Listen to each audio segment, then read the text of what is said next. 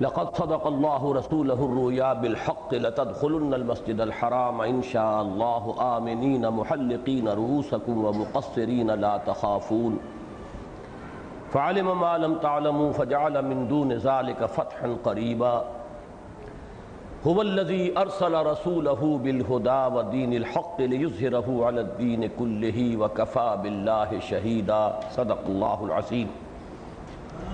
تلاوت میں مجھ سے غلطی ہو گئی، میں نے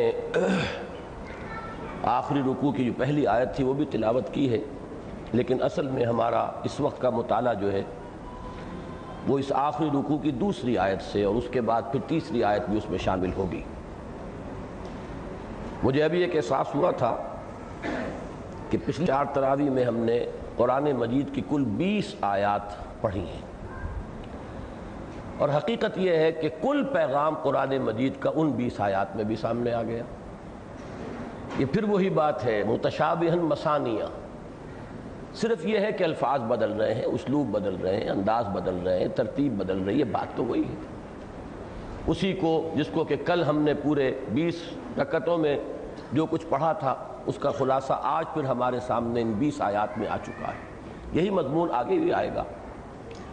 اب یہ سورہ فتح کی جو آخری 2 آیات ہیں، ان میں سے پہلی آیت جس کا جزو اعظم وہ ہے جو قرآن مجید میں 3 مرتبہ آیا ہے بغیر کسی شوشے کے فرق کے، هو الذی ارسل رسولہ بالہدی ودین الحق لیظہرہ علی الدین کلہ، سورہ توبہ کی آیت نمبر 33، سورہ فتح کی آیت نمبر 28، پھر سورہ صف میں آئے گی۔ اگر وہاں تک پہنچ گئے تو آج ہمیں پھر دوبارہ اس آیت کو پڑھنا ہے۔ فرق صرف یہ ہے کہ سورہ توبہ میں اور سورہ صف میں یہ آیت ختم ہوتی ہے وَلَوْ كَرِهَ الْكَافِرُونَ پر، اور یہاں وَكَفَى بِاللَّهِ شَهِيدًا۔ اصل جو مضمون ہے وہی ہے اللہ جس نے بھیجا اپنے رسول کو صلی اللہ علیہ وسلم بالہدی ودین الحق، 2 چیزیں دے کر، ایک الہدی، یہ قرآن مجید، ہدی للناس، الہدی، the guidance, the final and complete guidance, بقول علامہ اقبال، نوع انسان را پیام آخرین حامل او رحمت للعالمین۔ اور دوسری چیز کیا دے کر بھیجا؟ ودین الحق، سچا دین۔ دین کہتے ہیں نظام کو، جیسے سورہ یوسف میں آیا دین الملک، بادشاہ کا نظام جو قائم تھا مصر میں، جبکہ حضرت یوسف علیہ السلام وہاں پر ایک بہت بڑے عہدے پر فائز تھے، تو ایک نظام تھا، حاکمیت بادشاہ کی تھی، سارا نظام اس کے تحت تھا۔ وہ نظام جس میں حاکمیت مطلقہ اللہ کی ہو، سارا نظام اس کے تابع ہو جائے، وہ اللہ کا دین ہے، دین حق ہے، اور اللہ کی کسی سے رشتہ داری نہیں، کسی کے ساتھ اس کی جانبداری کا معاملہ نہیں، وہ سب کے لیے منصف ہے، وہ سب کے لیے انصاف فرمانے والا ہے۔ اس نے وہ نظام دیا ہے جس میں عورتوں کے لیے ان کے حقوق ہیں، مردوں کے لیے ان کے حقوق ہیں، عورتوں کے لیے ان کی اپنی ذمہ داریاں ہیں، مردوں کے لیے ان کی اپنی ذمہ داریاں ہیں۔ ایک نہایت خوبصورت توازن ہے ذمہ داریوں اور حقوق اور فرائض کا۔ دوسری طرف وہی ہے جس نے وہ نظام دیا ہے کہ لا یکون دولۃ بین الاغنیاء منکم، جس میں دولت جو ہے صرف امراء کے مابین گردش کرتی نہیں رہ جاتی، وہ نظام دیا ہے۔ ایک بڑے پیمانے پر گردش دولت کا نظام ہو کہ چکی اس طرح پیسے کہ سب کو مل رہا ہو، یہ نہ ہو کہ اس میں سے پسنے والا آٹا کسی خاص طبقے ہی کو مل رہا ہو اور ایک طبقہ وہ ہے کہ جو محروم رہ گیا ہو، یہ چکی اس طور سے پیسے۔ پھر وہ نظام جس میں سب برابر ہے اور سید القوم خادمہم بن جاتا ہے، وہ ان کا بادشاہ نہیں ہوتا، اس کے محل نہیں ہوتے، اس کے لیے خدم و حشم نہیں ہوتے، وہ انہی میں کا ایک فرد ہوتا ہے، وہ اسی سطح پر زندگی گزارتا ہے۔ وہ نظام دیا، اور یہ کہانیاں نہیں ہیں، یہ حقائق ہیں، یہ واقعات ہیں، پوری دنیا تسلیم کرتی ہے۔ یہ اگر کوئی 8-10 ہزار سال پرانی بات ہوتی تو ہم کہتے ہیں یہ کہانیاں ہیں، لیکن یہ تو کل 1400 برس پرانی بات ہے۔ یہ تو تاریخ کے نصف النہار کا دور ہے جس وقت کہ یہ حقائق دنیا کے سامنے آئے ہیں۔ تو یہ نظام دیا ہے دین حق، اور کس لیے بھیجا اپنے رسول کو؟ لیظہرہ علی الدین کلہ، تاکہ غالب کرے اسے کل کے کل دین پر، پورے نظام پر۔ نظام کا تفرقہ نہیں ہونا چاہیے کہ نظام کے ایک حصے پر تو اللہ کی بالادستی اور بالا تری، کلمت اللہ کا غلبہ، اور ایک حصے کے اوپر کسی اور کا۔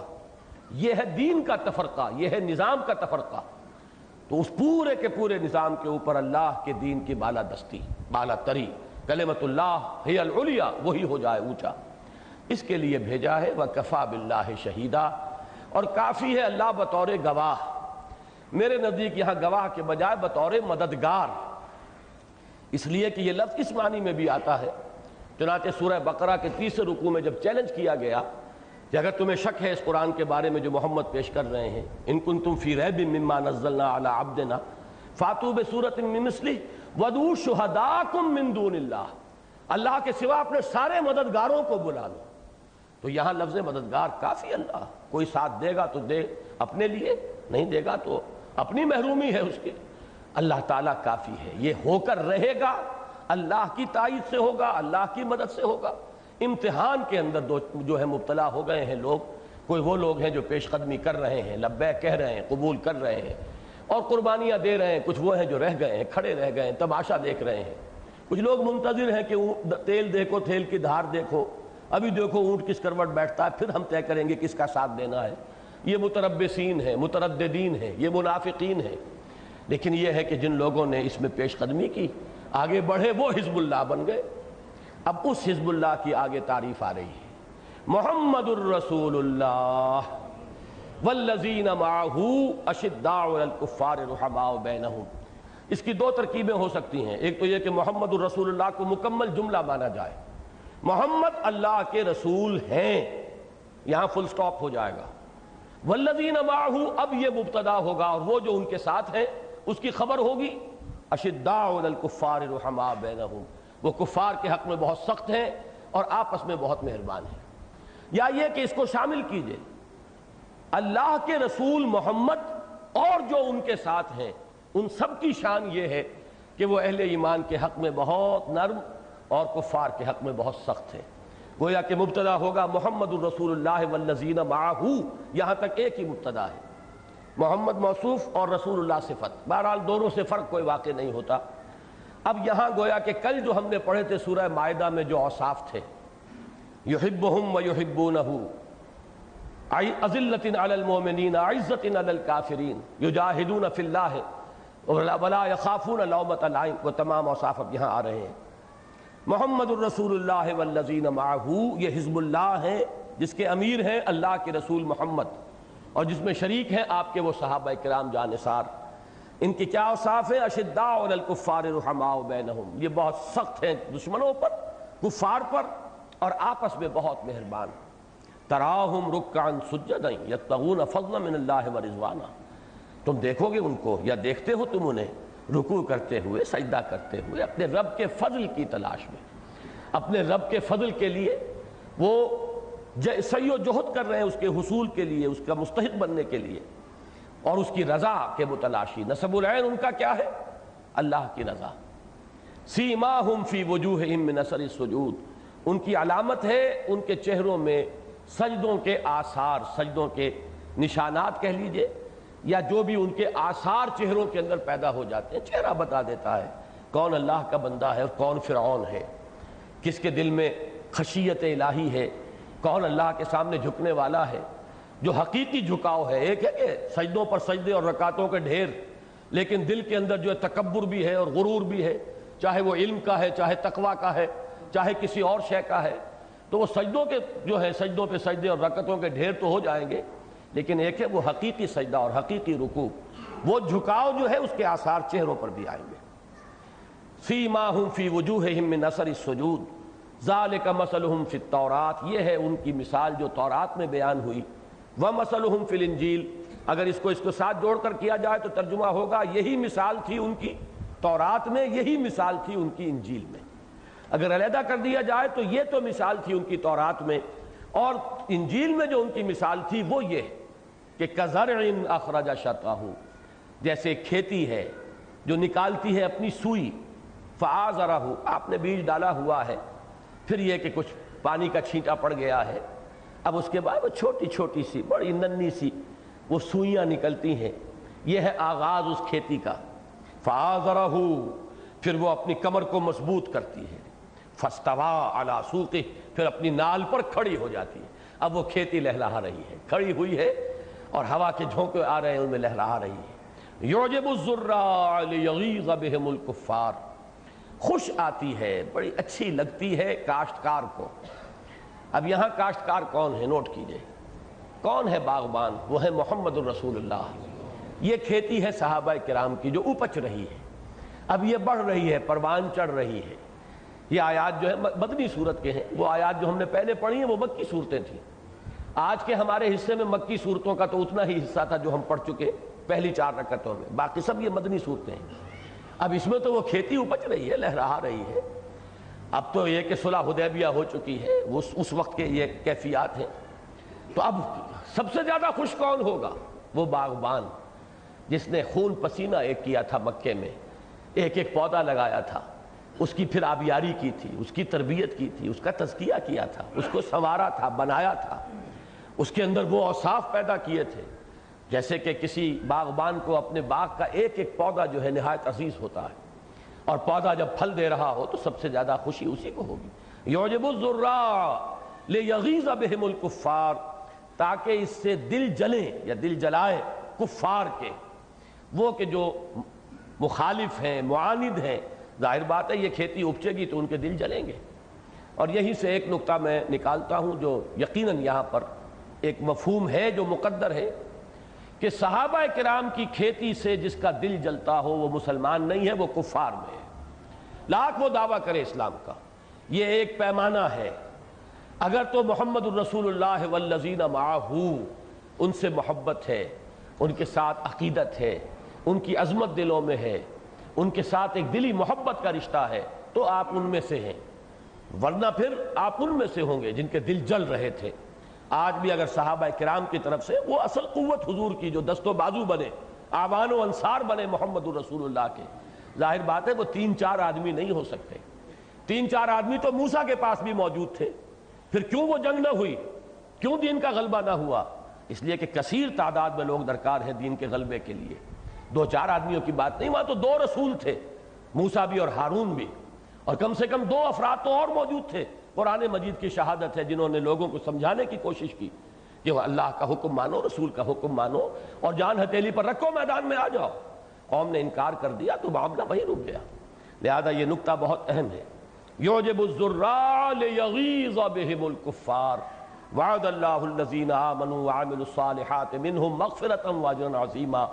اللہ نے وعدہ کیا ہے پختہ ان لوگوں سے جو ایمان لائے ہیں، جنہوں نے نیک عمل کیے ہیں، کہ اللہ تعالیٰ ان کے لیے مغفرت اور اجر عظیم دونوں کا وعدہ کر رہا ہے۔ اللہ تعالیٰ ہمیں بھی ان کے نقش قدم پر چلنے کی توفیق عطا فرمائے۔ سورۃ الحجرات کی 2 آیات نکال لیں، 14 اور 15۔ یہاں وہ جہاد کی اہمیت اور حقیقت جو ہمارے دین میں ہے وہ کھل کر آ جائے گی، اس لیے کہ یہ جو حزب اللہ جس کے اوصاف وہاں ہم نے پڑھ لیے، یہ حزب اللہ جو ہے، میں پھر عرض کروں گا کہ وہ بھکشوؤں کی جماعت نہیں تھی، وہ تو مجاہدین کی جماعت تھی۔ یہ تو اوصاف ہیں ان کے ذاتی جو بیان کر دیے گئے، باقی تو کشمکش، جد و جہد، محنت، ایثار، قربانی، جو کل ہم نے سورہ آل عمران کی آیت کے اندر جو نقشہ دیکھا تھا، فالذین ہاجروا واخرجوا من دیارہم واوذوا فی سبیلی وقاتلوا وقتلوا، یہ نقشہ درکار ہے۔ اس کے بغیر تو دین غالب نہیں ہوگا۔ لِیُظْہِرَہُ عَلَى الدِّینِ کُلِّہِ کے لیے تو جان اور مال کی بازیاں لگانی ہوں گی۔ لہذا یہاں پر اب پانی کا پانی، دودھ کا دودھ علیحدہ کیا گیا کہ لوگوں جان لو، ایک ہے اسلام، ایک ہے ایمان۔ عام حالات میں یہ دونوں چیزیں ایک ہی سمجھی جاتی ہیں، مترادف معنی، جیسا کہ انگریزی میں کہتے ہیں کہ call the rose by any name it will smell as sweet۔ گلاب کا نام ہے، گلاب کا پودا، نام کچھ بھی رکھ لیں آپ، اس کی خوشبو تو وہی رہے گی۔ ایک شخص جو دل میں ایمان رکھتا ہے، عمل میں اللہ کی فرما برداری بھی ہے اور اللہ کے لیے تن من دھن کا لگا دینا بھی ہے، اسے مسلم کہہ لو، مومن کہہ لو، کیا فرق پڑتا ہے؟ لیکن ایک بات ہے کہ علیحدہ علیحدہ سمجھ لو، یہ 2 کیٹیگریز جدا ہیں۔ ایک شخص وہ ہے جو کہتا ہے اشہد ان لا الہ الا اللہ واشہد ان محمد رسول اللہ، ہم مسلمان تو اسے اسی وقت مان لیں گے، بشرطے کہ ہمیں کچھ اور معلوم نہ ہو۔ اگر یہ معلوم ہو کہ یہ شخص رسول کو تو مان رہا ہے لیکن رسول کی ختم نبوت کو نہیں مان رہا، تو ہم مسلمان نہیں مانیں گے۔ اگر یہ معلوم ہو جائے کہ یہ شخص اللہ کو تو مانتا ہے لیکن اللہ کے علی کل شیء قدیر ہونے کو نہیں مانتا تو بھی مسلمان نہیں مانیں گے. اللہ کی صفات اور رسالت کے ساتھ جو بھی متضمنات ہیں وہ ماننے پڑیں گے. اور اگر یہ معلوم ہو کہ بدبخت وہ یہ کہے کہ میں نے تو اللہ کو مانا تھا، رسول کو مانا تھا، میں نے آخرت کو کب مانا تھا، تو جب معلوم ہوگا کہ آخرت کا منکر کافر ہو جائے گا. لیکن کچھ اور معلوم نہیں ہمیں، کچھ اور معلوم نہیں. عین حالت جنگ میں ایک شخص جو ہے جو کلمہ پڑھ دیتا اشہد ان لا الہ الا اللہ واشہد ان محمد رسول اللہ، he will have to be accepted as a Muslim. اسے ساری پروٹیکشن جو اسلام کی ہے وہ حاصل ہو جائے گی. تو ایک اسلام ہے لیکن ایک ہے ایمان. آخرت میں فیصلے ایمان کے بل پر ہوں گے.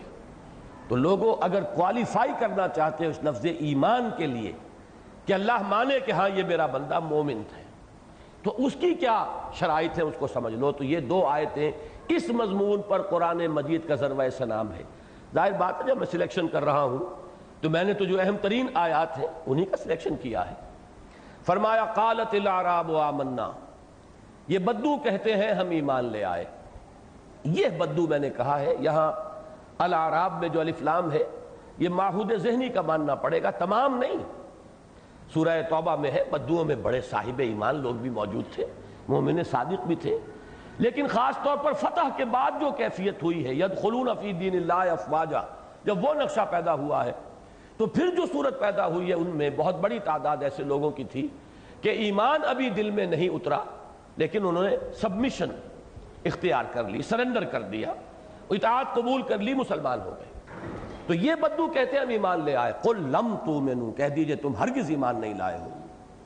یہ لام میم کے ساتھ لم کے ساتھ جو نفی کی جاتی ہے اس میں زیادہ تاکید ہوتی ہے.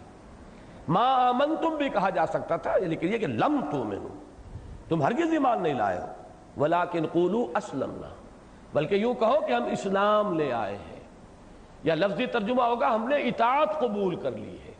We have surrendered, we have given up resistance. یا یہ کہ ہم نے اسلام قبول کر لیا ہے. وَلَمَّا يَدْخُلِ الْإِيمَانُ فِي قُلُوبِكُمْ، اور تاحال ایمان تمہارے دلوں میں داخل نہیں ہوا ہے. ایمان تو تبھی ہوگا جب دل میں داخل ہو جائے. ابھی تم جس کیفیت پر ہو اب یہ ہمیں جھانکنا ہے اپنے دلوں کے اندر. ہمیں بھی ایمان یا اسلام مل گیا ہے والدین سے، زبانوں پر تو ہے آمنت باللہ کلمہ شہادت، لیکن دل میں ہے یا نہیں. یہ تو آدمی اپنے دل میں خود ہی جھانک سکتا ہے، اپنے گریبان میں اپنے دلوں کو ٹٹول. لیکن ایک کیفیت ثابت ہو گئی کہ ہے، قرآن مجید کی یہ نص قطعی ہے کہ ایسی کیفیت ہو سکتی ہے کہ لساناً ظاہراً ایک شخص مسلمان مانا جائے اور اسے اللہ بھی مانے کہ ہاں تم مسلمان ہو، آگے آ جائے گا. لیکن یہ کہ ایمان اس کے دل میں داخل نہ ہوا. میں کیوں کہہ رہا ہوں کہ اللہ بھی مانے، اس لیے کہ آگے آ گیا وَإِن تُطِيعُوا اللَّهَ وَرَسُولَهُ، اگر تم اللہ اور اس کے رسول کی اطاعت کرتے رہو گے لا يَلِدْكُم مِّنْ أَعْمَالِكُمْ شَيْئًا، اللہ تمہارے اعمال میں کچھ کمی نہیں کرے گا. ظاہر بات ہے کہ اس کمی کو اگر اعمال کو تسلیم کیا جا رہا ہے تو مسلمان تو مانا گیا ان کو. اگر منافق مانا جاتا تو ان کا کوئی عمل قبول نہیں اللہ کی بارگاہ میں. تو یہاں منافق نہیں ہے جن کا ذکر ہو رہا ہے، ایسے لوگ ہیں جو نیک نیتی کے ساتھ، کوئی دھوکہ دینے کا فساد کا ارادہ نہیں ہے. انہوں نے سبمیشن اختیار کی، انہوں نے سرنڈر کیا، انہوں نے اسلام قبول کر لیا، کوئی فریب کا ارادہ نہیں ہے. لیکن اس کے باوجود ابھی ایمان قلب کی گہرائیوں میں راسخ نہیں ہوا. ان اللہ غفور الرحیم، اللہ تعالیٰ غفور الرحیم ہے. تو میں یہ سمجھتا ہوں کہ ہم جو لوگ یہاں موجود ہیں کم سے کم اس کوالیفیکیشن کو تو پورا کر رہے ہیں. بہرحال چل کر یہاں جو لوگ آئے ہیں کچھ نہ کچھ لگاؤ ہے، کچھ نہ کچھ لگن ہے، دین کے ساتھ کوئی تعلق خاطر ہے، پھر بھی اپنے دلوں کو ٹٹولیے. اور اگلی اب آیت جو ہے وہ ہے فیصلہ کن. اگر کوئی شخص یہ چاہے، اور اللہ کرے کہ ہم میں سے ہر شخص چاہے کہ ہم صرف مسلم نہیں ہم تو مومن بنیں گے، یہ جذبہ ابھرے، یہ آرزو ہو، بڑی آرزو ہے. یہ آرزو اس شعر کے مصداق ہے کہ آرزو اول تو پیدا ہو نہیں سکتی کہیں اور، ہو جائے تو مر جاتی ہے یا رہتی ہے خام. یہ کبھی کبھی ابھرتی ہے قلب کی گہرائیوں سے، لیکن پھر دنیا کے مشاغل اور مصروفیات اور اپنے دھندے اور صبح شام کا ایک چکر، روٹین کا ایک چکر، وہ پھر ہمیں گم کر دیتا ہے، ہم اس کے اندر کھو جاتے ہیں. لیکن کبھی یہ جب ابھرتی ہے آرزو تو پھر اس کو پالنا چاہیے، اس کو پروان چڑھانا چاہیے. فرمایا اگر تم چاہتے ہو کہ تم اپنے آپ کو مومن تسلیم کراؤ تو سن لو، انما المومنون، یہ انما کلمہ حصر ہے، مومن تو صرف وہ ہے الذین آمنوا باللہ ورسولہ ثم لم یرتابوا، جو ایمان لائے اللہ پر اور اس کے رسول پر پھر شک میں ہرگز مبتلا نہیں ہوئے۔ یہ واحد جگہ ہے قرآن مجید کی جہاں پر کہ ایمان کے بعد اس شرط کا اضافہ کیا گیا، اور کہیں نہیں ہوگا، اس لیے کہ یہاں ایمان حقیقی کو اب ڈیفائن کرنا ہے، اسلام سے علیحدہ کیٹیگری بنا کر ایمان حقیقی کو ڈیفائن کرنا ہے، لہذا اس میں ایمان کے لفظ پر اضافی شرط عائد کی گئی، الذین آمنوا باللہ ورسولہ ثم لم یرتابوا، وہ ایمان لائے اللہ پر اور اس کے رسول پر، اور یہ ایمان ایک یقین کی صورت اختیار کر گیا جس میں شکوک و شبہات کے کانٹے چبھے ہوئے نہیں رہے۔ اور یہ لفظ آئے گا آگے چل کر اگلے سبق میں بھی، سورہ حدید میں، ابھی نوٹ کر لیجئے اس لفظ کو، یہاں پر ریب سے بنا ہے، ریب شک، ذالک الکتاب لا ریب فیہ، آپ میں سے کوئی شخص نہیں ہوگا جسے یہ آیت یاد نہ ہو۔ ریب شک، ارتیاب، شک میں پڑ جانا، ارتیابیت، سکیپٹسزم ایک باقاعدہ فلسفے کا اسکول آف تھاٹ ہے، شکوک و شبہات میں کچھ نہیں، حقیقت معلوم نہیں ہو سکتی، کہ کس نقشد ولک شاید بحکمت یہ معمارہ، یہ ہے ارتیابیت، ارتیاب، شک میں پڑ جانا۔ تو پہلی کوالیفیکیشن مومن کی کیا ہے کہ اس کا ایمان اس شکل کو، اس صورت کو اختیار کر لے جس میں شکوک کی کوئی شکل نہ رہی ہو، اور اس کا عملی مظہر کیا ہے، وَجَاهَدُوا بِأَمْوَالِهِمْ وَأَنفُسِهِمْ فِي سَبِيلِ اللَّهِ، اور انہوں نے جہاد کیا اپنے اموال کے ساتھ بھی، اپنی جانوں کے ساتھ بھی اللہ کی راہ میں۔ یہ ہے اس کا ثبوت عملی۔ دل میں تو میں بھی کہہ سکتا ہوں کوئی شک نہیں ہے، آپ بھی کہہ سکتے ہیں شک نہیں ہے، جو چاہے دعوے دار ہو جائے، لیکن اس دل کے اس شک نہ، اس ایمان کے جس میں شک نہیں ہے، اس ایمان کا گواہ عمل میں کیا ہے، وہ جہاد ہے۔ کتنی کچھ جان مار رہے ہیں اللہ کے لیے، اللہ کے دین کے لیے، کتنی کچھ قربانیاں دی ہیں، کتنا کچھ ایثار کیا ہے، کتنی کچھ اپنی انا کو قربان کیا ہے، کتنا کچھ اپنی انانیت کو سپریس کیا ہے، دبایا ہے۔ یہ ساری در حقیقت امتحانات ہیں، جان اور مال کا کتنا حصہ اس کام کے لیے وقف کیا ہے۔ وَجَاهَدُوا بِأَمْوَالِهِمْ وَأَنفُسِهِمْ فِي سَبِيلِ اللَّهِ أُولَئِكَ هُمُ الصَّادِقُونَ۔ یہ پھر اسلوب حصر پر شروع ہو رہی آیت شروع ہوئی اسلوب حصر، انما المومنون، ختم ہو رہی ہے، یعنی بریکٹ شروع بریکٹ بند، یہ دونوں بریکٹس جو ہیں یہ حصر کی ہیں۔ ایمان تو اسی کے اندر محصور ہے، ایمان تو اسی کے اندر ہوگا، دو شرطیں پوری ہو تو ایمان ہے، ورنہ ایمان حقیقی نہیں ہے۔ اللہ تعالی ہمیں ایمان حقیقی سے بہرور فرمائے۔ اللہم حبب الینا الایمان وزینہ فی قلوبنا وکرہ الینا الکفر والفسوق والعصیان۔ اب چلیے 27ویں پارے کے آخر میں سورہ حدید۔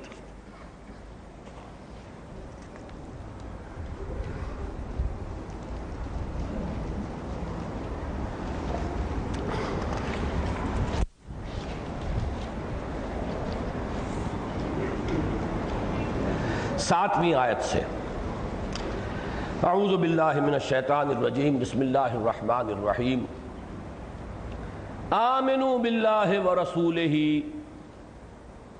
ایمان لاؤ اللہ پر اور اس کے رسول پر، وَأَنفِقُوا مِمَّا جَعَلَكُمْ مُسْتَخْلَفِينَ فِيهِ، اور خرچ کر دو اس سب میں سے جس میں اللہ نے تمہیں اختیار عطا فرمایا ہے، اصل میں تو لفظ ہونا چاہیے خلافت عطا فرمائی ہے، جس میں اللہ نے تمہیں خلیفہ بنا دیا ہے۔ یہاں پر لفظ انفاق کو پہچان لیجئے۔ اب یہ در حقیقت اس آیہ مبارکہ میں جہاد کے قائم مقام ہو کر آیا ہے۔ جہاد کے معنی کیا ہے؟ کشمکش، کشاکش، جد و جہد، محنت، اور اس میں جان بھی کھپانا، مال بھی کھپانا۔ انفاق کسے کہتے ہیں؟ خرچ کرنے کو، کھپا دینے کو، صرف کر دینے کو۔ نفق الفرس، گھوڑا مر گیا، مر کھپ گیا بھی ہم کہتے ہیں، اور نفقت الدراہم، پیسے ختم ہو گئے۔ انفاق ختم کر دینا، لگا دینا، صرف کر دینا۔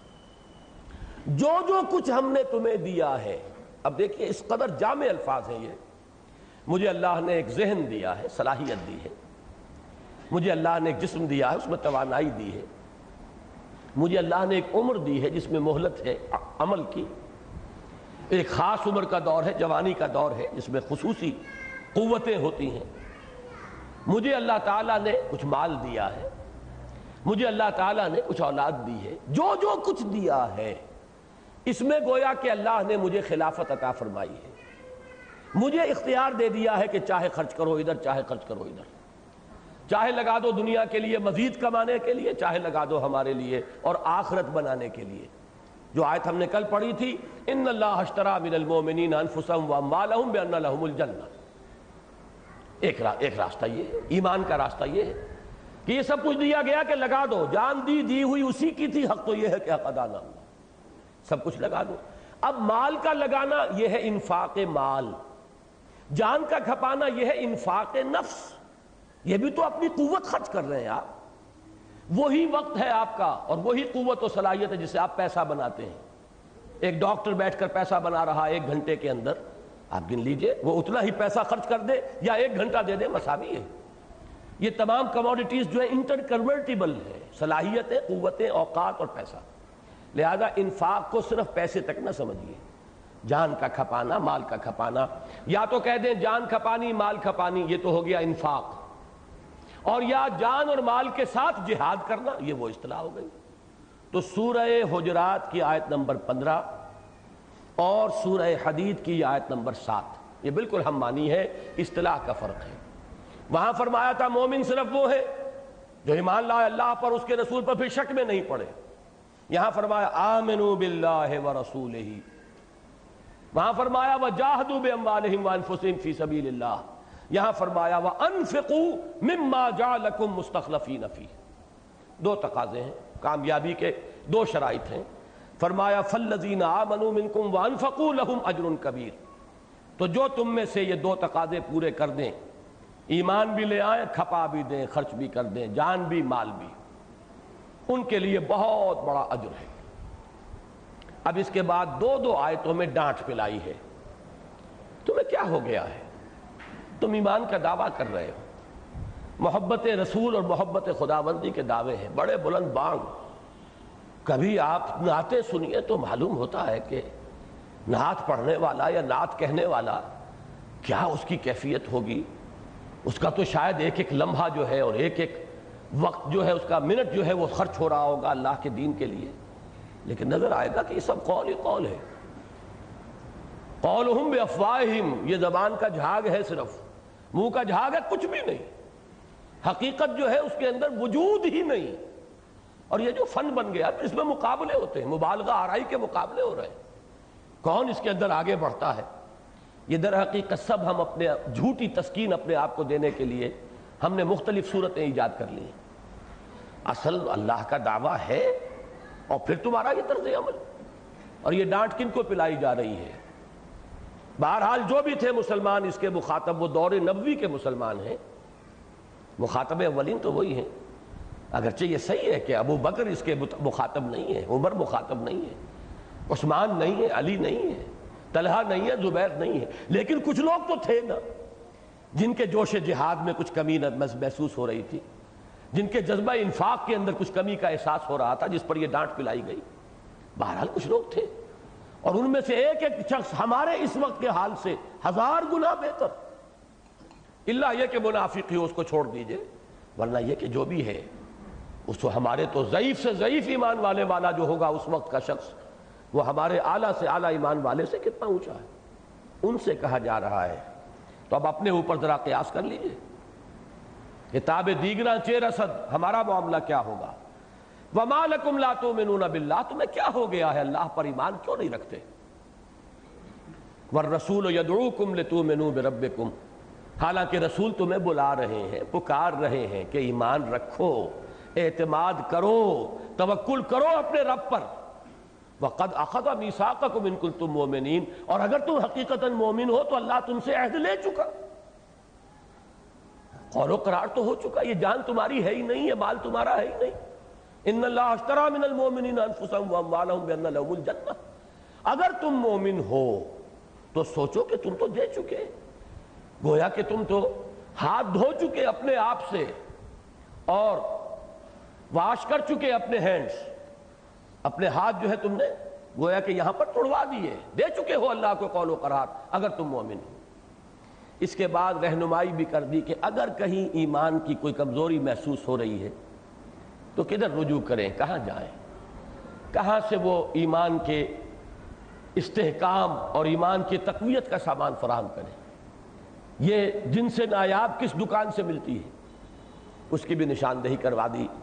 هو الذی ينزل على عبده آیات بینات لیخرجکم من الظلمات الى النور، وہی ہے پروردگار تمہارا لارڈ، تمہارا مالک، تمہارا رب، جو نازل فرما رہا ہے اپنے بندے پر صلی اللہ علیہ وسلم یہ آیات بینات، یہ روشن آیات قرآن مجید کی، تاکہ نکالے تمہیں اندھیروں سے روشنی کی طرف۔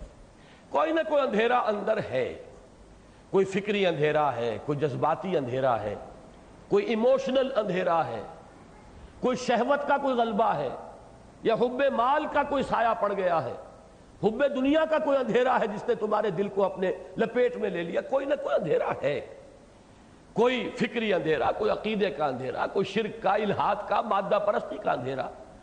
ان اندھیروں سے نکالنے کے لیے اللہ تعالیٰ نے یہ آیات بینات اپنے رسول صلی اللہ علیہ وسلم پر، اپنے بندے پر نازل فرما دی۔ وہ جنس نہیں ایمان جسے لے آئیں دکانیں فلسفہ سے، ڈھونڈے سے ملے گی عاقل کو یہ قرآن کے سی پاروں میں۔ ذوف محسوس ہو رہا ہے تو کوئی حرج نہیں، آؤ پڑھو، قرآن میں ہو غوطزن ہے مرد مسلمان، یہاں سے تمہیں وہ موتی ملیں گے ایمان کے اور یقین کے۔ وَإِنَّ اللَّهَ بِكُمْ لَرَؤُوفٌ الرَّحِيمٌ، اور یقیناً اللہ تمہارے حق میں بہت رؤوف ہے اور بہت رحیم ہے، بڑا مہربان، بہت رحم فرمانے والا۔ اور اس کی رحمت کا سب سے بڑا مظہر عتم یہ قرآن مجید ہے۔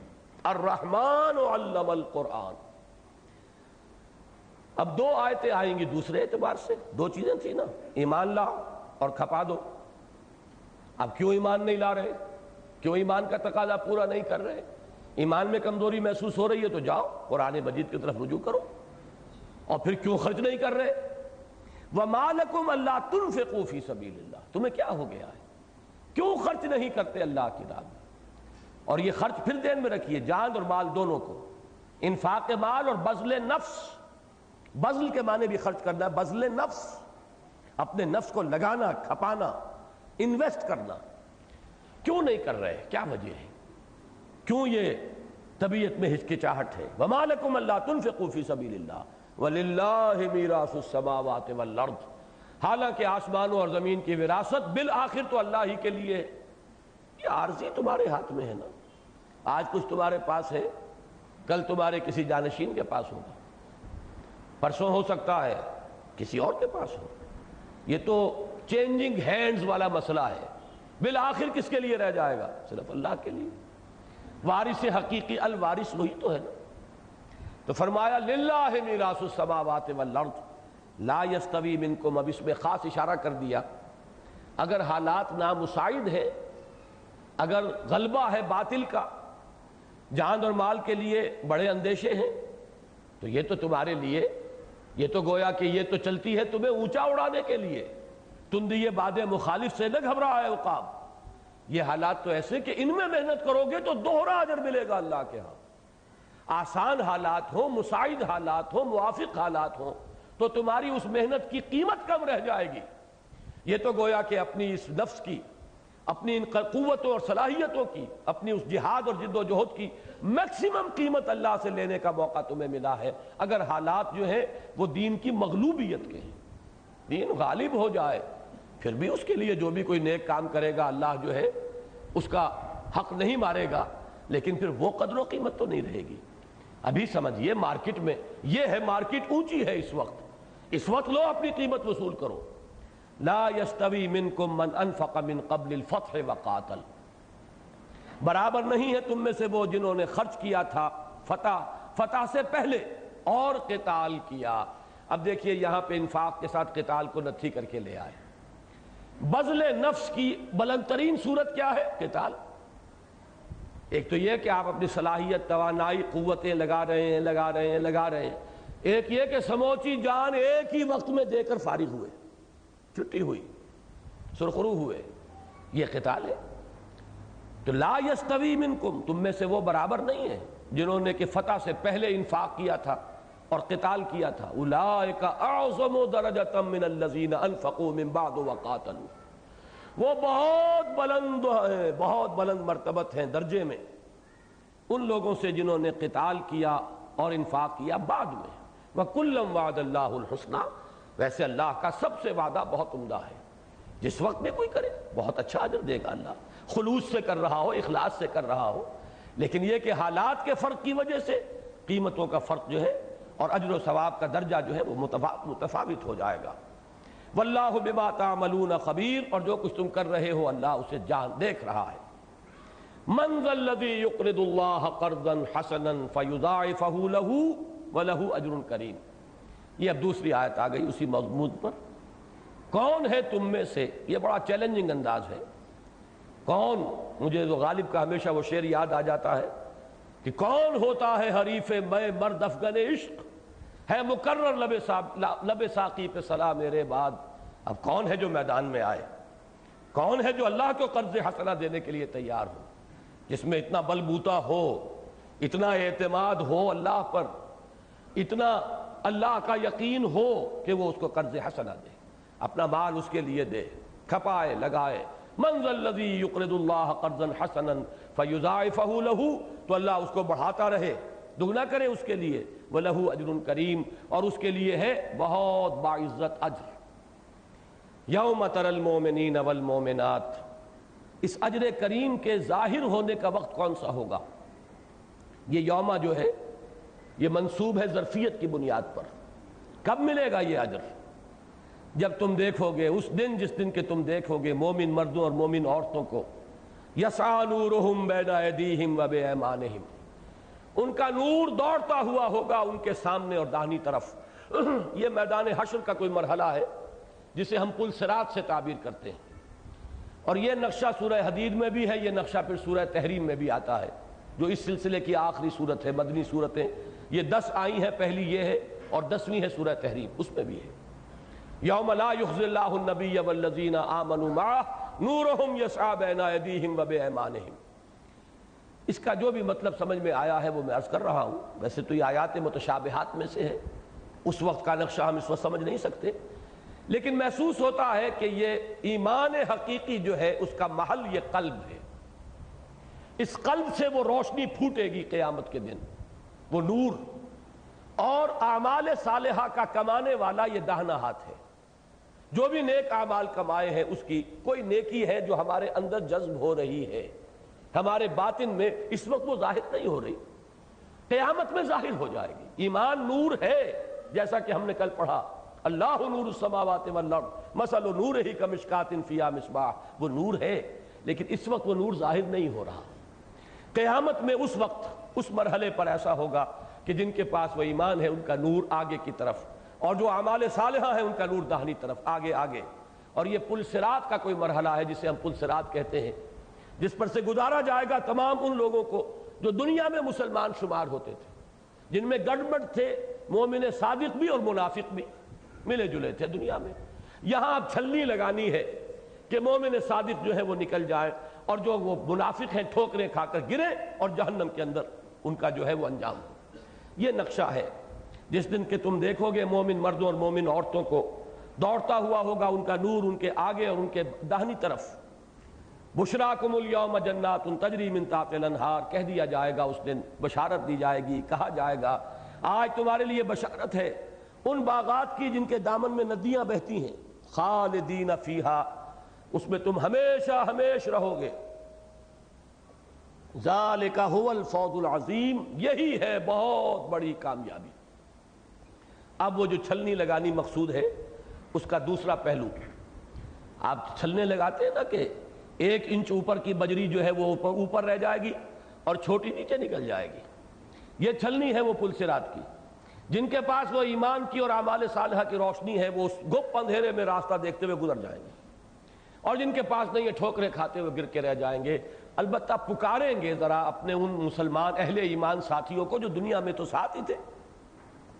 یوم یقول المنافقون والمنافقات للذین آمنوا انظرونا نقتبس من نورکم، جس دن کے کہیں گے منافق مرد اور منافق عورتیں اہل ایمان سے، ذرا مہلت دو، ذرا رکو، ہم بھی تمہاری روشنی سے استفادہ کر لیں۔ یہ نقشہ بالکل ذہن میں لے آئیے، اندھیری رات ہو اور کسی پگڈنڈی پر سے آپ کو گزرنا ہے اور کسی کے پاس ٹارچ ہے یا لالٹین ہے، وہ تیزی سے بڑھتا جا رہا ہے، تو دوسرے کہیں گے بھائی ذرا ٹھہرو میاں، یہ روشنی جو ہے اس سے ہمیں بھی راستہ دیکھنا ہے، کہاں بھاگے جا رہے ہو، تو اس لیے ذرا آہستہ چلو کہ ہم بھی ساتھ چلیں۔ بالکل وہ نقشہ ہے کہ تمہارے نور سے ہم بھی فائدہ اٹھا لیں۔ ہم تو تہی دست ہیں، نہ ایمان تھا نہ انفاق تھا، نہ انفاق کی روشنی جو داہنی طرف ہوتی اور نہ وہ ایمان کے جو سامنے ہوتا، لہذا ذرا تم رکو تاکہ ہم تمہارے نور سے فائدہ اٹھائیں۔ نقتبس من نورکم قیل ارجعوا وراءکم فالتمسوا نورا، کہہ دیا جائے گا لوٹ جاؤ پیچھے کی طرف، پیچھے سے مراد دنیا، اور تلاش کرو نور، یعنی اگر ممکن ہے، اس لیے کہ یہ نور ایمان وہاں کمایا گیا ہے، تحصیل ایمان دنیا میں کی گئی تھی، یہاں نہیں، یہ نور وہاں کسب کیا گیا تھا، انفاق وہاں کیا گیا تھا، وہاں سے نور ملا ہے۔ اگر ہے کوئی امکان تو لوٹ جاؤ پیچھے، دنیا میں واپس جاؤ، پھر قربانیاں پیش کرو، پھر ذرا انفاق اور ایمان کے ذرا مظاہرے ہیں وہ کرو، تو پھر یہ کہ نور مل جائے گا، یہاں نور نہیں ملتا۔ فضرب بینہم بسور لہ باب، اسی اثنا میں ان کے مابین ایک فصیل حائل کر دی جائے گی جس میں ایک دروازہ ہوگا، اس فصیل کے اندر باطنہ فیہ الرحمہ، اس میں رحمت خداوندی کا نزول شروع ہو جائے گا، وظاہرہ من قبلہ العذاب، اور اس کے باہر کی طرف سامنے عذاب الہی کا نزول۔ یہ جہنم کی شکل اختیار کرے گی، وہ جنت کی صورت اختیار کرے گی۔ ینادونہم الم نکم معکم، یہ ہے کانٹے کی آیت۔ کاش کہ آج اس آیت کو آپ سمجھ کر اٹھیں۔ نفاق درجہ بدرجہ کیسے بڑھتا ہے اور ایمان پر کیسے اس کا ڈاکہ پڑتا ہے، اس کو یہاں سمجھ لیجئے۔ ینادونہم الم نکم معکم، وہ پکار کر کہیں گے کیا ہم تمہارے ساتھ نہ تھے؟ دنیا میں تو عبداللہ ابن ابی کندھے سے کندھا ملا کر کھڑا ہوتا تھا ابو بکر صدیق سے رضی اللہ تعالیٰ عنہ، صف اول میں حاضر ہوتا تھا، چودھری تھا بڑا، کھڑا ہو کر کہا کرتا تھا جمعے کے روز یا کبھی خطبہ حضور کو دینا ہوتا تھا، لوگوں ان کی بات توجہ سے سنو، یہ اللہ کے رسول ہیں، اپنی چودراہٹ کے مظاہرے کے لیے۔ تو دنیا میں تو ساتھ تھے، گڑبڑ تھے۔ الم نکم معکم، کیا ہم تمہارے ساتھ نہ تھے؟ قالوا بلا، اب وہ جواب دیں گے کیوں نہیں تھے تو ہمارے ساتھ۔ اب یہاں سے بات شروع ہوئی، وَلَٰكِنَّكُمْ فَتَنْتُمْ أَنفُسَكُمْ وَتَرَبَّصْتُمْ، مگر تم نے اپنے آپ کو فتنوں میں ڈالا اور تربص میں، گو مگو میں مبتلا ہو گئے۔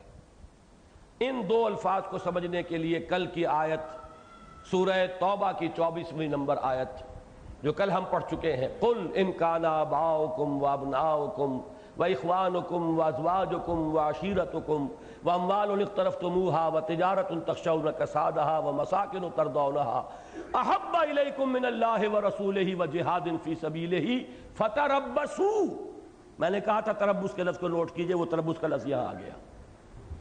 تم نے ان محبتوں میں اپنے آپ کو مبتلا کیا، ان محبتوں کو اللہ اور اللہ کے رسول اور اللہ کے راہ میں جہاد کی محبت سے بالا تر کر لیا، تم نے خود کیا۔ It was your own choice. It was your own free choice. تم نے اپنے ہاتھوں اپنے آپ کو ان فتنوں کے اندر ڈالا، جس کا نتیجہ کیا تھا؟ فتربصوا، جاؤ دفع ہو جاؤ، اب انتظار کرو۔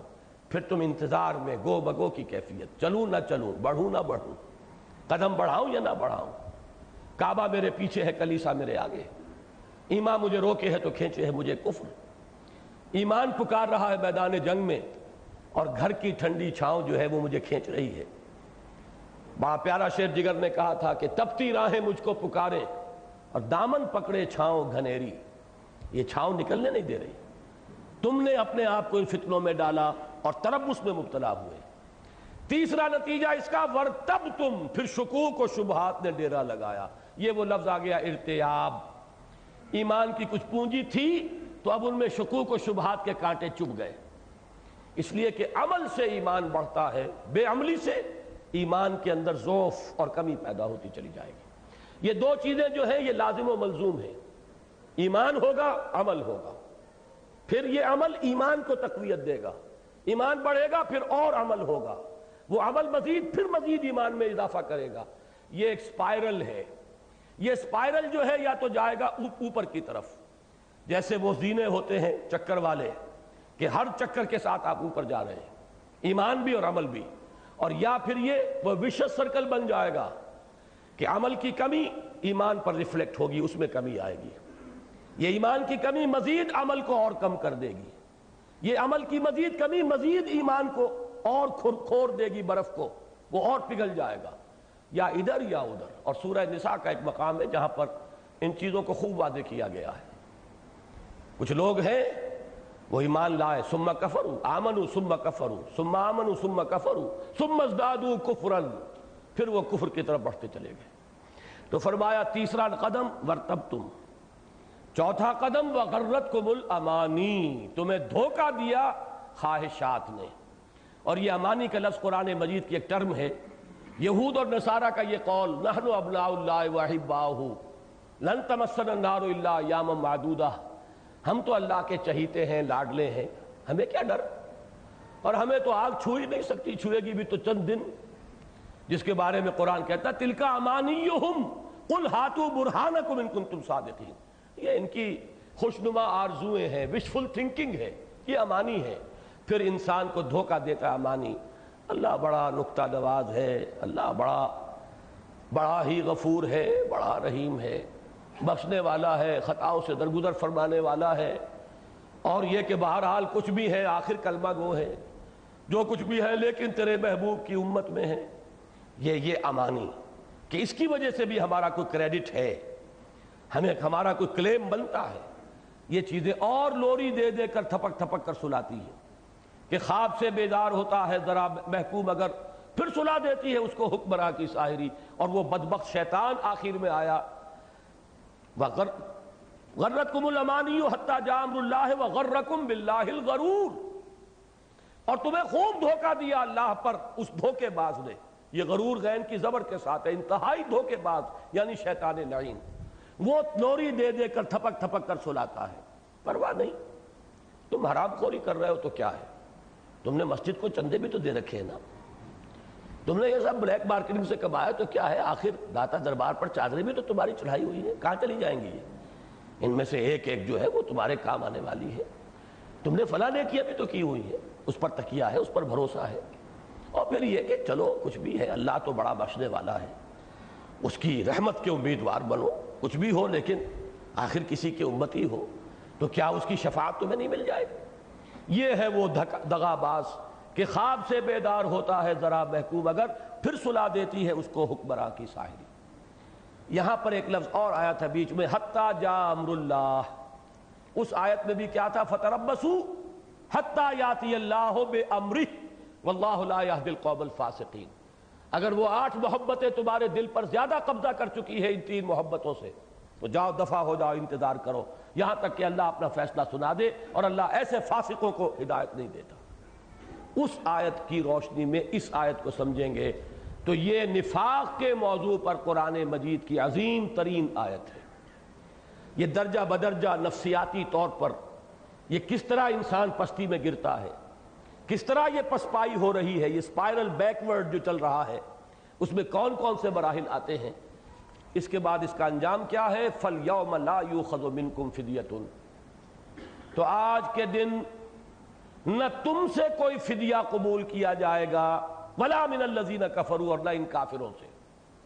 یعنی دنیا میں تم مسلمانوں کے ساتھ، اہل ایمان کے ساتھ گڑبڑ تھے، اب یہاں چھلنی لگ گئی، اہل ایمان تو ہو گئے، اپنا نور لے کر گئے، اب تمہارا انجام ہوگا یہاں کافروں کے ساتھ۔ فَالْيَوْمَ لَا يُؤْخَذُ مِنْكُمْ فِدْيَةٌ وَلَا مِنَ الَّذِينَ كَفَرُوا مَأْوَاكُمُ النَّارُ، تم سب کا ٹھکانہ آگ ہے، ہِیَ مَوْلَاكُمْ۔ قرآن مجید میں کہیں کہیں طنز بھی ہے، وہ معلوم ہوتا ہے کہ طنز بھی ادب کی ایک صنف ہے، وہی تمہاری حمایتی ہے، مددگار ہے، غمخوار ہے۔ اب اس آگ ہی سے کوئی دکھ درد کرنا ہو تو اسی سے کرو، کوئی اگر دل جوئی مطلوب ہے تو وہ بھی وہی کرے گی، ہی مولاکم، وہی تمہاری رفیق، دم ساز، حمایتی، پشت پناہ، مددگار، تمہارا درد بانٹنے والی اگر ہے تو یہی آگ ہے۔ وَبِئْسَ الْمَصِيرُ، اور وہ بہت ہی برا ٹھکانہ ہے۔ اللہ تعالی ہمیں اس انجام سے بچائے۔ اللہم طہر قلوبنا من النفاق واعمالنا من الرياء والسنتنا من الكذب واعیننا من الخیانہ فانک تعلم خائنۃ الاعین وما تخفی الصدور۔ اللہم نور قلوبنا بالایمان واشرح صدورنا للاسلام اللہم انا نعوذ بک من الشک والشرک اللہم انا نعوذ بک من الشک والشرک اللہم حبب الینا الایمان وزینہ فی قلوبنا وکرہ الینا الکفر والفسوق والعصیان اللہم وفقنا لما تحب وترضى اللہم وفقنا ان نجاہد فی سبیلک باموالنا وانفسنا اللہم وفقنا ان ننفق اموالنا ونبذل انفسنا لإقامت دینک وإعلاء کلمتک اللہم ربنا تقبل منا انک انت السمیع العلیم وتب علینا انک انت التواب الرحیم وصلی اللہ تعالی علی خیر خلقہ محمد وآلہ واصحابہ اجمعین برحمتک یا ارحم الراحمین۔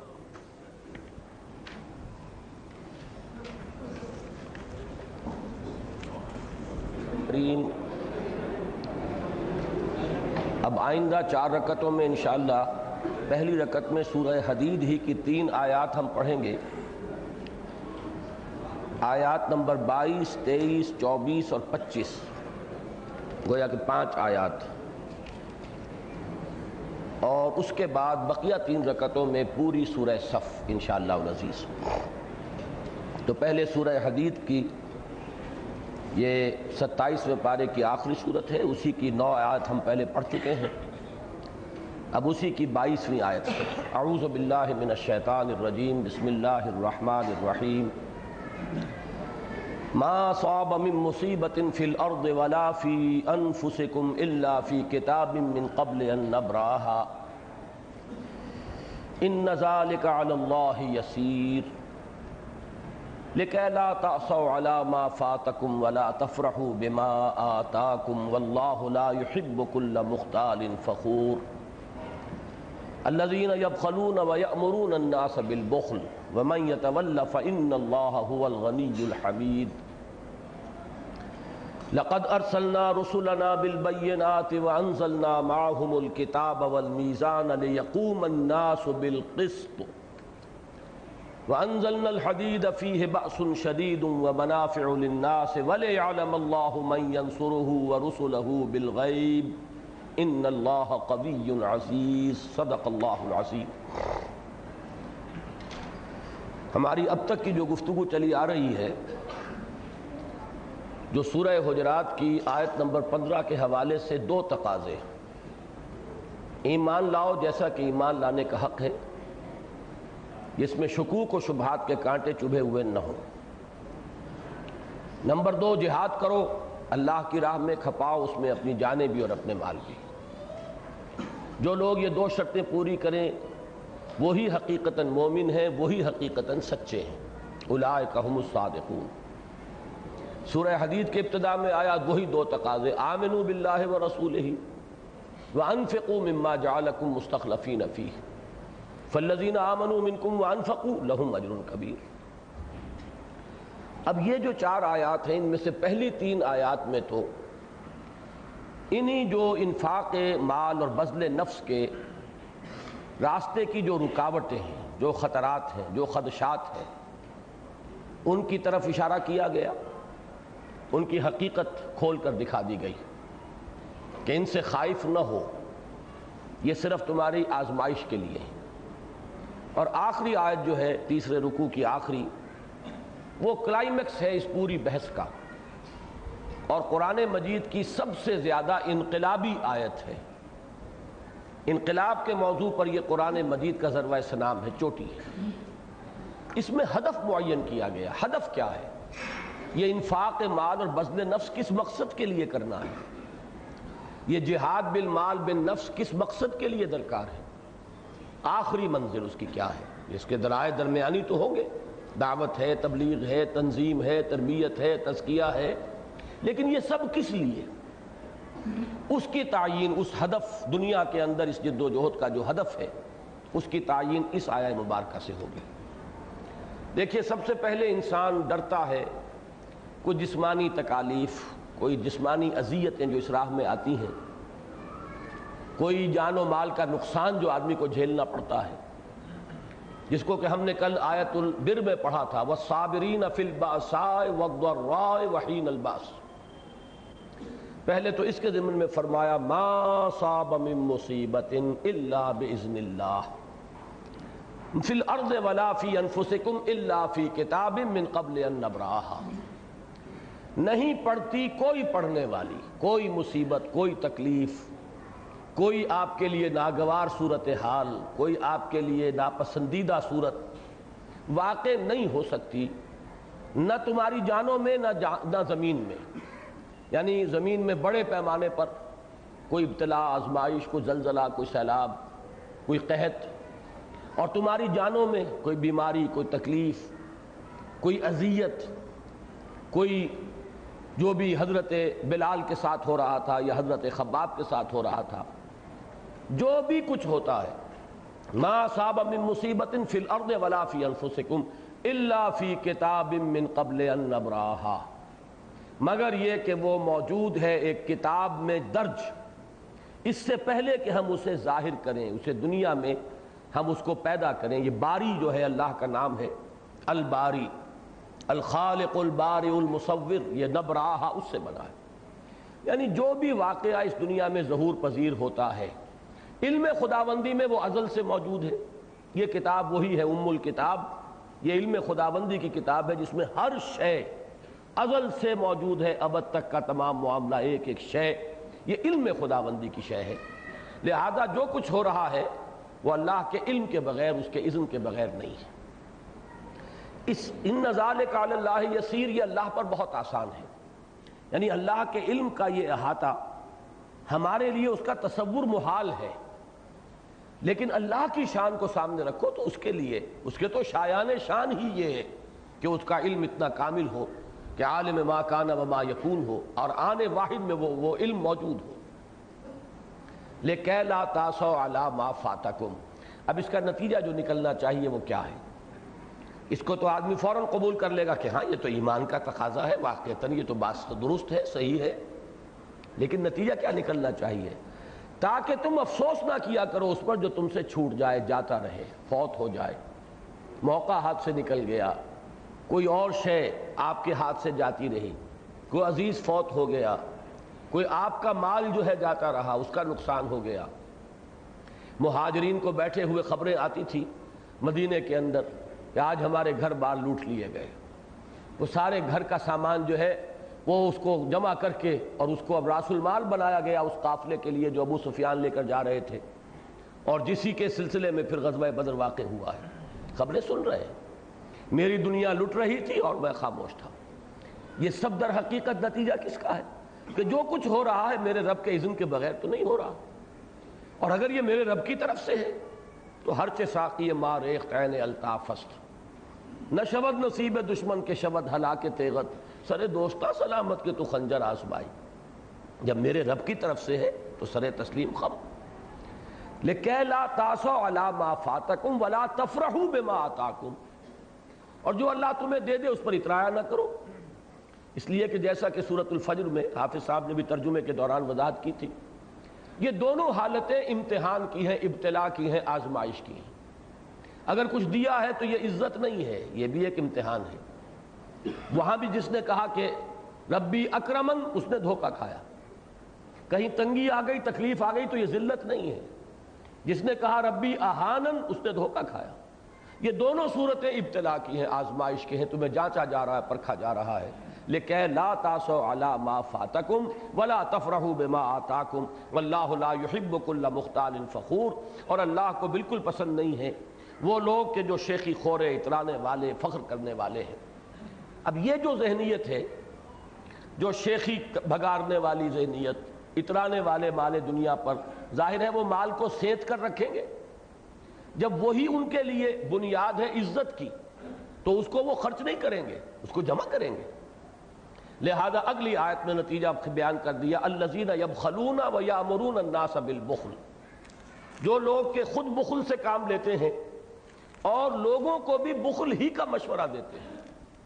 جیسے کل سورہ عنکبوت میں آیا تھا، اتبعوا سبیلنا ولنحمل خطایاکم، تم خام خواہ جو ہے دیوانے ہو گئے ہو، فینیٹک ہو گئے ہو، تمہیں اپنے مستقبل کا کوئی خیال نہیں ہے، اپنے بچوں کی کوئی فکر نہیں ہے، اپنے کیریئر کا کوئی خیال نہیں رہا ہے، تم نے ہمتن اپنے آپ کو جو ہے اس کے اندر جھونک دیا اس جد و جہد کے اندر. تو یہ ساری چیزیں جو ہیں بہت ہی ناصحانہ انداز میں یامرون الناس بالبخل. بھائی سب کچھ لگا نہیں دینا چاہیے, کچھ سنبھال کے بھی رکھنا چاہیے, کچھ آڑے وقت کے لیے بھی ضرورت ہوتی ہے. وَمَن يَتَوَلَّ فَإِنَّ اللَّهَ هُوَ الْغَنِيُّ الْحَمِيدُ, اور جو پیٹھ موڑ لے گا, کیونکہ اللہ تو کہتا ہے خرچ کرو, یہ کہتے ہیں رکھو, اسی سے تو عزت ہے. 4 پیسے ہوں گے تو تمہاری دنیا میں عزت ہوگی, 4 پیسے ہوں گے, مال اسباب نظر آئے گا تو تمہاری بیٹیوں کے رشتے آئیں گے, ورنہ کون تمہاری بیٹیوں کو پوچھے گا.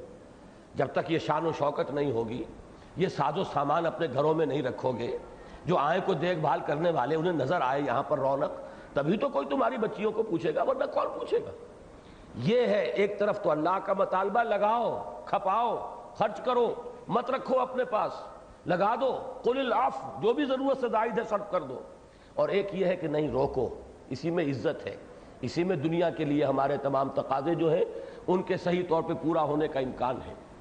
فرمایا جب اللہ کے راستے سے, اللہ کی پکار سے کان بہرے کر لیے, پیٹھ موڑ لی, اور دنیا والوں کی یا نفس کی یہ بات مان لی, تو فرمایا وَمَن يَتَوَلَّ فَإِنَّ اللَّهَ هُوَ الْغَنِيُّ الْحَمِيدُ, جو پیٹھ موڑ لے تو اللہ تو غنی اور حمید ہے ہی, اسے کسی کی احتیاج نہیں. اب وہ آیت آ گئی جو میرے نزدیک اس کا کلائمیکس ہے. اس آیت کے ایک ایک لفظ کو سمجھیے. لَقَدْ أَرْسَلْنَا رُسُلَنَا بِالْبَيِّنَاتِ, ہم نے ہی بھیجا اپنے رسولوں کو بینات کے ساتھ. بینات روشن چیزیں. اس میں اولاً تو آئے گا معجزات کا معاملہ, کہ جو رسولوں کی رسالت کا ایک گویا کہ بین اور ظاہر ثبوت بن جاتا تھا. اور بینات سے مراد وہ براہین بھی ہیں جو اس دین کی دعوت کے ضمن میں قرآن مجید میں آئی ہیں, جو فطرت انسانی کی جانی پہچانی چیزیں ہیں روشن. بہرحال ان میں معجزات بھی, اور جو بنیادی تعلیمات ہیں ہماری دین کی, جن کا عنوان ہے ایمان, وہ در حقیقت ہماری روح کی اور ہماری جو باطن اور ہماری جو فطرت ہے اس کی جانی پہچانی شے ہے. وَأَنزَلْنَا مَعَهُمُ الْكِتَابَ وَالْمِيزَانَ, اور ان کے ساتھ ہم نے نازل فرمائی کتاب بھی اور میزان بھی. یہاں ہے توجہ کیجئے, یہ سب کچھ کس لیے کیا؟ میزان سے مراد ہے وہ نظام عدل, حقوق و فرائض کا تعین کر دینے والا پورا نقشہ. عورت کے حقوق کیا ہیں, فرائض کیا ہیں, مرد کے حقوق کیا ہیں, فرائض کیا ہیں, مزدور کے حقوق کیا ہیں, فرائض کیا ہیں, اور جو امپلائر ہے اس کے فرائض کیا ہیں, اس کے حقوق کیا ہیں. ہر اعتبار سے فریقین کے مابین ایک توازن پیدا کرنے والی شیان المیزان. یہی المیزان ہے جس کا ذکر سورہ شورى میں بھی آیا تھا, لیکن ہم نے وہ آیت جو ہے آج کے اپنے حصے میں شامل نہیں کی تھی. اللہ الذی انزل الکتاب بالحق والمیزان, اللہ ہے وہ ہستی کہ جس نے نازل فرمائی ہے کتاب بھی حق کے ساتھ اور میزان بھی. یہ کتاب اور میزان بریکٹ ہو کر قرآن مجید میں انہی 2 صورتوں میں آئی ہیں, سورہ شورى اور یہ سورہ حدید. اور یہی میزان ہے کہ جو دین حق کی شکل اختیار کر لی جس نے محمد الرسول اللہ صلی اللہ علیہ وسلم کے معاملے میں, اس لیے کہ نظام زندگی اب بہت گمبھیر ہو گیا تھا, اور اس نظام زندگی کے اندر اب ایک پورا نظام درکار تھا, نظام حق, سچا نظام, سچا دین. وہ ہے کہ جو محمد الرسول اللہ کو دیا گیا. گویا کہ نوٹ کیجئے, حضور کے لیے فرمایا الہدی و دین الحق, یہ ہم سورہ فتح میں پڑھا ہے, آگے چل کے سورہ صف میں پھر پڑھیں گے. یہاں فرمایا بینات, کتاب اور میزان, 3 چیزیں, وہاں 2 چیزیں فرمائی. هو الذی ارسل رسولہ بالہدی و دین الحق, یہاں فرمایا ہم نے بھیجا اپنے رسولوں کو بالبینات نمبر 1, اور نمبر 2 وانزلنا معہم الکتاب نمبر 2, والمیزان نمبر 3. اب ان کو کوریلیٹ کیجئے.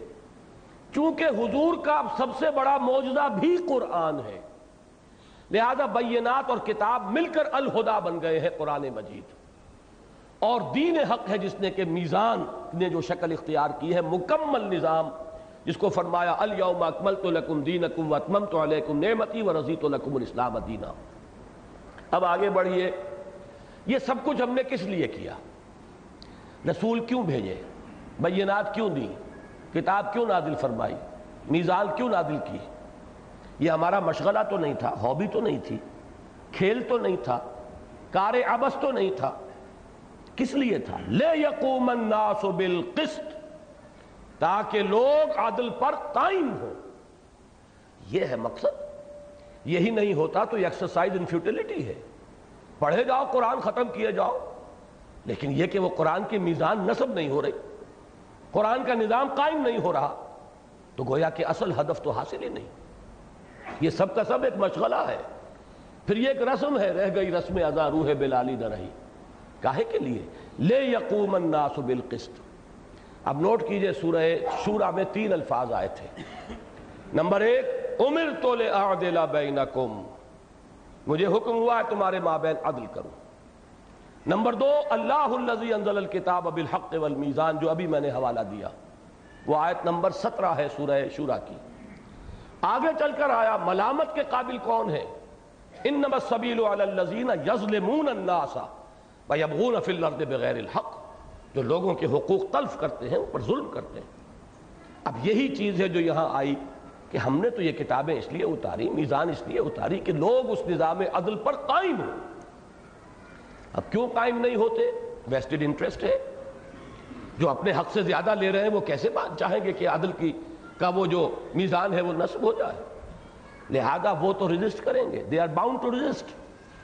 وہ تو چاہیں گے اسٹیٹس کو رہے، ہمارا جاگیرداری کا نظام بھی جو کا تو قائم رہے، ہمارا سرمایہ داری کا نظام بھی جو کا تو قائم رہے، حکومت بھی ہماری اور ہمارے ہی مفادات کی نگرانی کرے، کروڑوں روپے کے ہمارے قرضے جو ہیں بیک جنبش قلم جو ہے رائٹ آف کر دیے جائیں. غریب نے اگر مکان لیا، اپنی قرض لیا ہے مکان بنانے کے لیے، تو اس کا مکان گرا دیا جائے گا، بیچ دیا جائے گا اگر وہ قرض ادا نہیں کرتا. لیکن یہ کہ کروڑ ہا روپے جو ہے وہ ایک جنبش قلم سے رائٹ آف کر دیے جائیں گے. یہ سارا ایک نظام ہے، اور اس کے بعض حصے دوسرے حصوں کو سپورٹ کرتے ہیں. یشد بعضہ بعضا، وہ اس کو تقویت پہنچاتے ہیں. اور یہ نظام کبھی نہیں چاہے گا کہ عدل قائم ہو. دعوت سے، دلیل سے، برہان سے، واعظ سے، نصیحت سے ایک چھوٹی سی اقلیت مان لے گی بات، وہ آپ کے گرد جمع ہو جائے گی. اب ایک ہی راستہ رہ گیا، اس اقلیت کو جمع کرو، اس کو طاقت بناؤ، اس کو بل دے کر کوڑا بناؤ، اور اس کوڑے کو مارو اس باطل کے اوپر تاکہ وہ اس کا بھیجا نکال دے. اس کے سوا کوئی راستہ نہیں. اکثریت کبھی نہیں آئے گی، کبھی اکثریت نہیں آئی. انقلاب کا عمل ہمیشہ ایک اقلیت کے ہاتھوں رونما ہوتا ہے. اکثریت جو ہے وہ تو آپ نے دنیا میں لفظ سنا ہے بارہا، سائلنٹ میجورٹی ہوتی ہے. اور سائلنٹ میجورٹی انہی لوگوں کے چشم و ابرو کے اشاروں پر حرکت کرتی ہے جو at the helm of affairs ہے. اور وہ وہی ہے کہ جو جاگیردار اور سرمایہ دار اور زمیندار اور مختلف دار جو ہیں، وہ جو بیٹھے ہوئے ہیں، جن کے وہ پاور بیسز ہیں، وہ ان کے اوپر مسلط ہیں. لہذا آپ ایک ہی راستہ دیکھیے، قرآن مجید نے وہ سارا گیپ فل کر کے اس کے ایک جمپ میں فرمایا وَأَنزَلْنَا الْحَدِيدَ، ہم نے لوہا بھی اتارا ہے، فِيهِ بَاسٌ شَدِيدٌ، اس میں جنگ کی صلاحیت ہے. یہ لوگ دلیل سے کبھی بات ماننے والے نہیں ہیں. ان میں سے ایک وہ اقلیت ہوتی ہے جو نکل آتی ہے. ابو بکر نکل آئے، اسی طبقے میں سے تھے. عمر اسی طبقے کے فرد تھے. حمزہ اسی طبقے کے فرد تھے. لیکن یہ کہ ایک اقلیت نکلتی ہے، اکثریت نہیں مانتی. اس اقلیت کو اب منظم کر کے حزب اللہ بنا کر، بٹ کر، کوڑا بنا کر، اسے وہ صورت شمشیر ہے دست قضا میں وہ قوم، وہ صورت شمشیر جو ہے اس کو استعمال کیا جائے، اور پھر یہ کہ جد مغو اس باطل کا بھیجا نکالا جائے. اس کے لیے لوہے کی طاقت ہاتھ میں لیں. وَأَنزَلْنَا الْحَدِيدَ فِيهِ بَأْسٌ شَدِيدٌ، اس میں جنگ کی صلاحیت ہے. وَمَنَافِعُ لِلنَّاسِ، لوگوں کے لیے کچھ اور فائدے بھی ہیں. میں کہا کرتا ہوں کبھی کبھی وہ چمٹا اور پھکنی اور توا اور پرات بھی اس سے بن جاتی تھی. اب تو ان میں سے کافی چیزیں ایلیمینیٹ ہوتی جا رہی ہیں ہمارے باورچی خانے کے. وہ پورا نظام جو نیا آ رہا ہے، پھکنی کا تو کہیں اب تصور رہا ہی نہیں غریب کا، چمٹا بھی شاید ہی کہیں رہ گیا ہو. بہرحال یہ چیزیں بھی تھیں جو بن جاتی تھی. لیکن اصل مقصد کیا ہے؟ وَلِيَعْلَمَ اللَّهُ مَن يَنصُرُهُ وَرُسُلَهُ بِالْغَيْبِ، اور تاکہ اللہ دیکھ لے کہ کون ہے اس کے وفادار بندے جو مدد کرتے ہیں اس کی بھی اور اس کے رسولوں کی بھی، غیب میں ہونے کے باوجود یا بن دیکھے. اللہ کو دیکھا نہیں نا، لیکن اللہ کے لیے اپنی جان ہتھیلی پر رکھ کر میدان میں آئے. اس لوہے کی طاقت کو استعمال کریں، سرکوبی کریں، جیسے کہ محمد الرسول اللہ والذین معہ، جیسے انہوں نے کیا. جیسے سورہ توبہ کی آیت کل ہم پڑھ چکے ہیں، یقاتلون فی سبیل اللہ فیقتلون ویقتلون، وہ میدان میں آئے انہوں نے لوگوں کو قتل بھی کیا، خود قتل بھی ہوئے۔ ان اللہ قوی عزیز، یقیناً اللہ تعالیٰ خود قوی ہے، خود عزیز ہے۔ چاہے تو آنے واحد میں یہ باطل کے نظام کو بلیا بیچ کر دے، لیکن پھر کیسے معلوم ہوگا کہ اس کے وفادار بندے کون سے ہیں؟ کیسے ظاہر ہوگا کہ کس میں کتنی کچھ وفاداری تھی اللہ کے ساتھ، کس میں کتنی کچھ محبت تھی اللہ کے ساتھ اور اس کے رسول کے ساتھ، کس کے ہاں وہ ترازو جو ہے وہ ان تین محبتوں کی طرف جھکی ہوئی تھی، اللہ کی محبت اور رسول کی محبت اور اللہ کی راہ میں جہاد کی محبت، کیسے پتہ چلے گا؟ یہ سب آزمائش ہے، اللہ دیکھ رہا ہے اس کے وفادار بندے اور اس کے وہ بے وفا بندے، وہ صرف دودھ پینے والے مجنو کہ جو نام لینے کے لیے تو بڑے محب رسول بھی ہیں اور محب خدا بھی ہیں، لیکن اس کے لیے کوئی قربانی دینے کو تیار نہیں، یہ اس کے لیے چھلنی لگا دی گئی ہے۔ اب آئیے سورہ صف۔ سورہ صف کے بارے میں یہ بات جان لیجئے کہ یہ در حقیقت اسی ایک آیہ مبارکہ کی شرح ہے۔ یہ آیت نمبر 25 جو سورہ حدید کی ہے اس کی شرح ہے۔ یہی وجہ ہے کہ یہ آیت بھی ختم ہوگی نصرت خدا اور نصرت رسول کے ذکر پر۔ کون ہے میرا مددگار اللہ کی راہ میں، بنو اللہ کے مددگار۔ جیسے یہ آیت ختم ہوئی تھی وَلِيَعْلَمَ اللَّهُ مَن يَنصُرُهُ وَرُسُلَهُ بِالْغَيْبِ، اللہ دیکھنا چاہتا ہے کون ہے اس کے وہ بندے جو لوہے کی طاقت کو ہاتھ میں لے کر اس کی اور اس کے رسولوں کی مدد کے لیے میدان میں آ جاتے ہیں۔ یہاں پر بھی وہی بات نظر آئے گی، اور وہ آیت اس کی مرکزی آیت ہے۔ وہ تو چونکہ تمام رسولوں کے لیے بات آئی، لَقَدْ أَرْسَلْنَا رُسُلَنَا بِالْبَيِّنَاتِ وَأَنزَلْنَا مَعَهُمُ الْكِتَابَ وَالْمِيزَانَ لِيَقُومَ النَّاسُ بِالْقِسْطِ۔ حضور کے لیے یہ آیت جو ہے یہی مضمون اس صورت میں ہے، هُوَ الَّذِي أَرْسَلَ رَسُولَهُ بِالْهُدَى وَدِينِ الْحَقِّ لِيُظْهِرَهُ عَلَى الدِّينِ كُلِّهِ۔ اب سورہ صف کو پڑھ لیجئے، ذرا جلدی سے چلنا ہوگا ہمیں۔ پہلی 4 آیات تمہیدی ہیں، وہی ڈانٹ ڈپٹ کا انداز، جیسے کہ سورہ حدید میں تھا تمہیں کیا ہو گیا ہے، کیوں اللہ پر یقین نہیں رکھتے، تمہیں کیا ہو گیا اللہ کی راہ میں کیوں خرچ نہیں کرتے، وہی انداز یہاں ہے۔ سبح للہ ما فی السماوات و ما فی الارض، تسبیح کرتی ہے اللہ کی ہر وہ شے جو آسمانوں میں ہے اور ہر وہ شے جو زمین میں ہے، وہو العزیز الحکیم، اور وہ زبردست ہے کمال حکمت والا۔ یا ایھا الذین آمنوا لم تقولون ما لا تفعلون، اہل ایمان، اے ایمان کے دعوے دارو کیوں کہتے ہو جو کرتے نہیں۔ کبر مقتا عند اللہ ان تقولوا ما لا تفعلون، بہت بڑی شے ہے اللہ کے نزدیک بیزاری کی کہ تم کہو جو کچھ کے کرتے نہیں ہو۔ اور چوتھی آیت میں بات کھول کے رکھ دی، جو میں نے کہا تھا کہ جو اس کوچے میں قدم رکھے سنبھل کر رکھے، سوچ سمجھ کر رکھے، جس کو ہو جانو دل عزیز اس کی گلی میں جائے کیوں، اور بیٹھے کہیں اپنے پاس، یہاں آنا ہے تو جان لو ان اللہ یحب الذین یقاتلون فی سبیلہ صفا کانہم بنیان مرصوص۔ اللہ کو تو محبت اپنے ان بندوں سے ہے جو جنگ کرتے ہیں اس کی راہ میں۔ اب یہاں جہاد نہیں، قتال کا لفظ آ گیا۔ جہاد تو وسیع اصطلاح ہے، دعوت و تبلیغ میں بھی محنت صرف ہو رہی ہے تو جہاد ہے، تصنیف و تالیف میں ہو رہی ہے تو جہاد ہے، قلم سے جہاد، زبان سے جہاد، اپنے نفس سے جہاد، یہ سب جہاد ہے۔ قتال معین لفظ ہے، یہاں لفظ قتال آیا ہے۔ اللہ کو تو محبت اپنے ان بندوں سے ہے جو اس کی راہ میں جنگ کرتے ہیں صف باندھ کر، گویا کہ سیسا پلائی ہوئی دیوار ہے۔ یہ محاورہ ہے، باقی صحیح ترجمہ وہی ہے کہ جو کیا تھا حافظ صاحب نے، ایسی عمارت جو جس کے اجزاء بڑے پیوست ہوں، جڑے ہوئے ہوں، کہیں رخنا نہ ہو، کہیں دراز نظر نہ آ رہی ہو، کوئی دراڑ نہ ہو، وہ عمارت بنیان مرصوص۔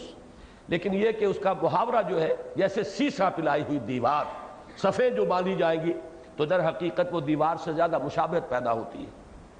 اس کے بعد کی 4 آیات میں تاریخ بنی اسرائیل کے 3 ادوار کا ذکر ہے کہ مسلمانوں تم سے پہلے یہ تھے اس مقام پر جس پر آج تم آئے ہو۔ یہ بنی اسرائیل، یہ تھے اللہ کے نمائندے، اللہ کی کتابوں کے حامل، نبوت ان کے ہاں رہی، رسالت ان کے ہاں رہی۔ انہوں نے جب قول و عمل میں تضاد روا رکھا اور ایمان کے تقاضوں کو ادا نہ کیا تو اللہ نے راندہ درگاہ کر دیا۔ اب انہیں ہٹا کر اللہ نے تمہیں یہ منصب عطا فرمایا۔ پہلا دور حضرت موسیٰ کے ساتھ ان کا طرز عمل، وَإِذْ قَالَ مُوسَىٰ لِقَوْمِهِ يَا قَوْمِ لِمَ تُؤْذُونَنِي وَقَدْ تَعْلَمُونَ أَنِّي رَسُولُ اللَّهِ إِلَيْكُمْ۔ اور یاد کرو جب کہ کہا تھا موسیٰ نے اپنی قوم سے، اے میری قوم کے لوگوں کیوں مجھے تکلیف دے رہے ہو، درا حال ہے کہ تم جانتے ہو کہ میں اللہ کا رسول ہوں تمہاری طرف۔ فلما زاغوا ازاغ اللہ قلوبہم، جب وہ ٹیڑھے ہو گئے تو اللہ نے ان کے دلوں کو بھی ٹیڑھا کر دیا۔ واللہ لا یہدی القوم الفاسقین، اللہ ایسے فاسقوں کو زبردستی ہدایت نہیں دیتا۔ دوسرا دور، وَإِذْ قَالَ عِیسیٰ ابْنُ مَرْیَمَ یَا بَنِی اسرائیل، اور یاد کرو جب کہ کہا عیسیٰ ابن مریم نے، 1300 برس کا فصل ہے اس میں موسیٰ اور عیسیٰ کے درمیان علیہم الصلاۃ والسلام۔ 1300 برس کے بعد پھر آخری رسول آ رہے ہیں امت بنی اسرائیل کے۔ اب جو آخری رسول بعد میں آئے ہیں وہ تو ہیں پورے تمام سلسلہ نبوت اور رسالت کے خاتم، لیکن یہ کہ سلسلہ بنی اسرائیل کے انبیاء کے آخری کڑی حضرت عیسیٰ۔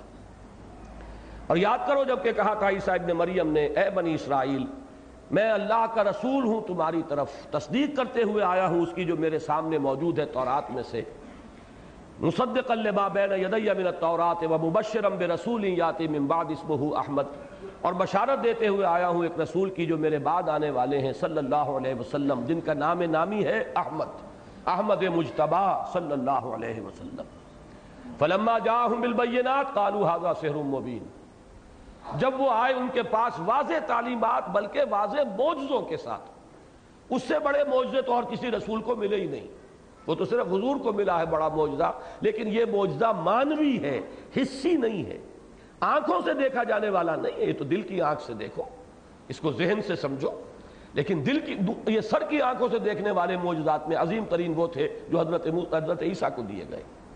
لیکن قوم کا رد عمل کیا تھا؟ علماء بنی اسرائیل نے کہا یہ جادو ہے، اور جادو جو ہے وہ کفر ہے، لہذا یہ شخص مرتد ہے، واجب القتل ہے، اسے سولی دے دی جائے۔ ایک مسلمان قوم کا ضمیر اتنا بگڑ جاتا ہے، یا خمیر اتنا بگڑ جاتا ہے۔ اب اس کے بعد تیسرا دور ہے محمد الرسول اللہ صلی اللہ علیہ وسلم کا۔ اب وہی ہے کہ جن کے بارے میں حضور کو تو یہ خیال تھا غالباً کہ یہ تو فوراً تصدیق کر دیں گے، یہ تو سب چیزوں سے واقف ہیں، قرآن مجید ان کی تصدیق کرتے ہوئے آ رہا ہے، موسیٰ کی، عیسیٰ کی، ابراہیم کی، یوسف کی، اسحاق کی اور یعقوب کی، سب کی تصدیق، ہارون کی، سب کا ذکر۔ لیکن یہ ہے کہ ان کا طرز عمل کیا رہا؟ وَمَنْ أَظْلَمُ مِمَّنِ افْتَرَىٰ عَلَى اللَّهِ الْكَذِبَ وَهُوَ يُدْعَىٰ إِلَى الْإِسْلَامِ، اس شخص سے بڑھ کر ظالم اور کون ہوگا جو اللہ پر جھوٹ گھڑے، تہمت باندھے اور اس کو ڈرا لے کہ اسے بلایا جا رہا ہو اسلام کی طرف۔ محمد الرسول اللہ دعوت دے رہے ہیں اسلام کی طرف۔ واللہ لا یہدی القوم الظالمین، اللہ ایسے ظالموں کو زبردستی ہدایت نہیں دیتا۔ ان کا طرز عمل اب کیا تھا؟ یریدون لیطفئوا نور اللہ بافواہہم، وہ چاہتے ہیں کہ اللہ کے نور کو اپنی منہ کی پھونکوں سے بجھا دیں۔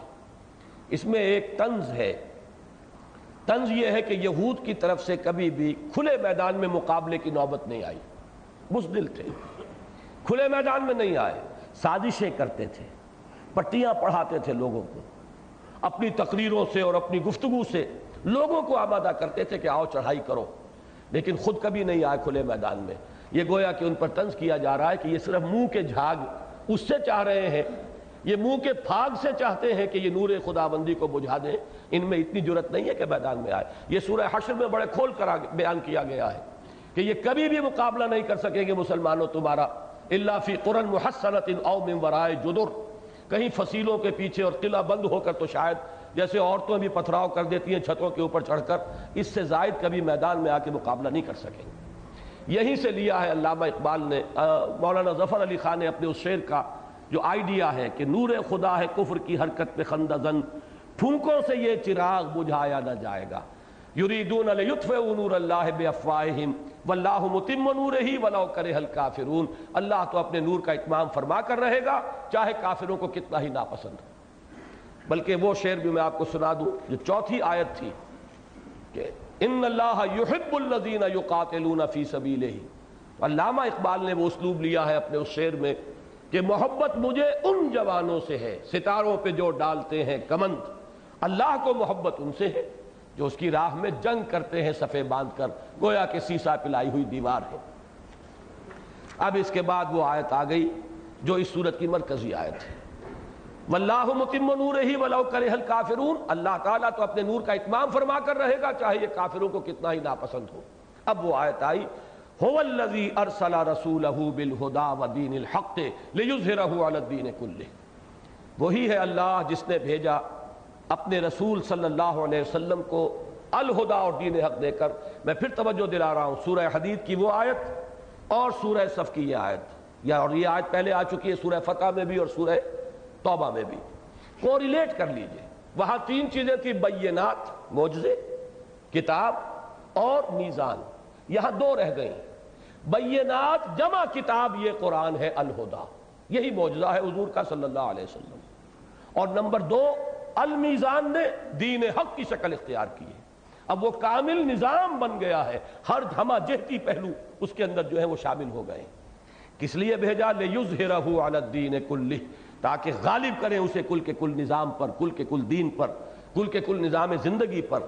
وَلَوْ كَرِهَ الْمُشْرِكُونَ، چاہے یہ مشرکوں کو کتنا ہی ناگوار ہو. اب اس کے لیے پکار. اب تک تو بات آئی تھی نا، کلمہ خبریہ آیا تھا. مومن تو صرف وہ ہے جو ایمان رکھیں یقین والا، شکوک و شبہات والا نہیں، اور جہاد کریں اللہ کی راہ میں، اپنے جان اور مال کھپائیں. اب یہاں پر وہ آ رہا ہے ایک دعوت اور ایک پکار اور للکار کے انداز میں. یا ایھا الذین آمنوا هل ادلکم علی تجارۃ تنجیکم من عذاب علیم. اہل ایمان، کیا تمہاری رہنمائی کی جائے، کیا میں تمہاری رہنمائی کروں ایک ایسی تجارت کی طرف جو تمہیں عذاب علیم سے چھٹکارا دلا دے. جہنم سے چھٹکارا پانا چاہتے ہو تو ایک کاروبار کرنا پڑے گا. جس طرح کاروبار میں چھوٹا ہو یا بڑا ہو محنت بھی صرف ہوتی ہے اور پیسہ بھی لگتا ہے. اگر سرمایہ کم ہے محنت زیادہ ہو جائے گی. آپ ایک ٹوکری لے کر پھلوں کی اور پھریں گے سارا دن، 40-50 روپے شام تک لے آئیں گے بچوں کے لیے. سرمایہ کم تھا، محنت زیادہ ہے. سرمایہ بڑھے گا، ریڑھی لگ جائے گی. اب محنت کم ہو گئی، بوجھ اب گردن پر نہیں ہے. اور سرمایہ بڑھے گا، کھوکھا لگ جائے گا. اور سرمایہ بڑھے گا، بڑی شاندار دکان ہوگی. اور سرمایہ بڑھے گا، امپورٹ ایکسپورٹ کا دھندا ہوگا. لیکن یہ کہ یہ دو چیزیں ہمیشہ، سرمایہ اور محنت، وہی سرمایہ اور محنت لگاؤ گے اللہ کے دین کے لیے تو جہنم سے چھٹکارا ملے گا. تجارت تو وہ بھی ہے، تجارت یہ بھی ہے. یہاں کی تجارت میں تمہیں کچھ منفعت چاہیے، اور اس تجارت کا فائدہ یہ ہے کہ جہنم سے چھٹکارا پا جاؤ گے. هل ادلکم علی تجارۃ تنجیکم من عذاب علیم تؤمنون باللہ ورسولہ. ایمان پختہ رکھو اللہ پر اور اس کے رسول پر. وتجاہدون فی سبیل اللہ باموالکم وانفسکم، اور جہاد کرو اللہ کی راہ میں اپنی جانوں کے ساتھ، اپنے اموال کے ساتھ. ذالکم خیر لکم ان کنتم تعلمون، یہی تمہارے لیے بہتر ہے اگر تم سمجھو. وہ بہتری کیا ہے؟ اب اس کی وضاحت آ رہی ہے. یغفر لکم ذنوبکم، تمہاری خطاؤں سے درگزر فرمائے گا. وَيُدْخِلْكُمْ جَنَّاتٍ تَجْرِي مِن تَحْتِهَا الْأَنْهَارُ، ان باغات میں تمہیں داخل کرے گا جن کے نیچے نہریں بہتی ہوں گی. وَمَسَاكِنَ طَيِّبَةً فِي جَنَّاتِ عَدْنٍ، ریزیڈینشل گارڈنز میں بڑے عمدہ ریزیڈنسز فراہم کرے گا، بہت عمدہ مسکن، بہت اعلیٰ محل عطا فرمائے گا، اور وہ بھی باغات کے اندر ہوں گے، باغیچوں کے اندر ہوں گے. ان تین چیزوں کو آگے فل سٹاپ لگایا. ذالک الفوز العظیم، یہی ہے اصل بڑی کامیابی. البتہ اس بریکٹ کے باہر ایک شے اور ہے، وَأُخْرَى، ایک اور شے بھی، تُحِبُّونَهَا، جو تمہیں بہت پسند ہے. اس میں بھی ایک تعریض ہے. اللہ کو اس فتح وطا سے کوئی دلچسپی نہیں ہے. اللہ کو تو تمہیں آزمانا ہے. تم نے اپنا سب کچھ لگا دیا، تم کامیاب ہو گئے، چاہے وہ انقلاب آئے نہ آئے، چاہے وہ دین قائم ہو نہ ہو، تم کامیاب ہو جاؤ گے اگر تم نے اپنا سب کچھ اس میں کھپا دیا. یہ ہے کامیابی اصل. اور اصل کامیابی بندہ مومن کے لیے در حقیقت آخرت کی کامیابی ہے. دنیا میں نصرت آئے، فتح آئے، یہ اضافی شے ہے. یہ گویا کہ ایک ثانوی شے ہے. اخرى تحبونہا، دوسری چیز جو تمہیں پسند ہے. وہ کیا ہے؟ نصر من اللہ وفتح قریب. اب یہ ظاہر بات ہے کسی خاص وقت پر یہ بشارت دی جا رہی ہے کہ اب اللہ کی طرف سے مدد اور فتح جو ہے قریب ہے، بالکل آیا چاہتی ہے. تمہاری قدم بوسی کرے گی فتح. اور اس کے بارے میں جہاں تک سیرت کے مطالعے سے مجھ پر منکشف ہوا وہ یہ ہے کہ یہ غزوہ احزاب کے بعد ہے. غزوہ احزاب میں مسلمانوں نے ثبوت دے دیا اپنی صداقت کا، اپنے ایمان صادق کا، اپنی ثابت قدمی کا. اس کے بعد حضور نے فرما دیا تھا صلی اللہ علیہ وسلم، اور میرے نزدیک وہ اس حکم کا امتثال امر ہے، وَبَشِّرِ الْمُؤْمِنِينَ، اے نبی اب بشارت دے دیجئے اہل ایمان کو. وہ بشارت اس وقت حضور نے ان الفاظ میں دی غزوہ احزاب کے فوراً بعد، لن تغزوکم قریش بعد عامکم ھذا، اے مسلمانوں اب ٹیبلز ٹرن ہو چکی، اب قریش میں جرت نہیں ہے کہ وہ تم پر حملہ آور ہو اس سال کے بعد، انیشیٹو ان کے ہاتھ سے نکل گیا۔ وَلَكِنَّكُمْ تَغْزُونَهُمْ، بلکہ اب تم ان کی طرف جو ہے رخ کرو گے، پیش قدمی کرو گے۔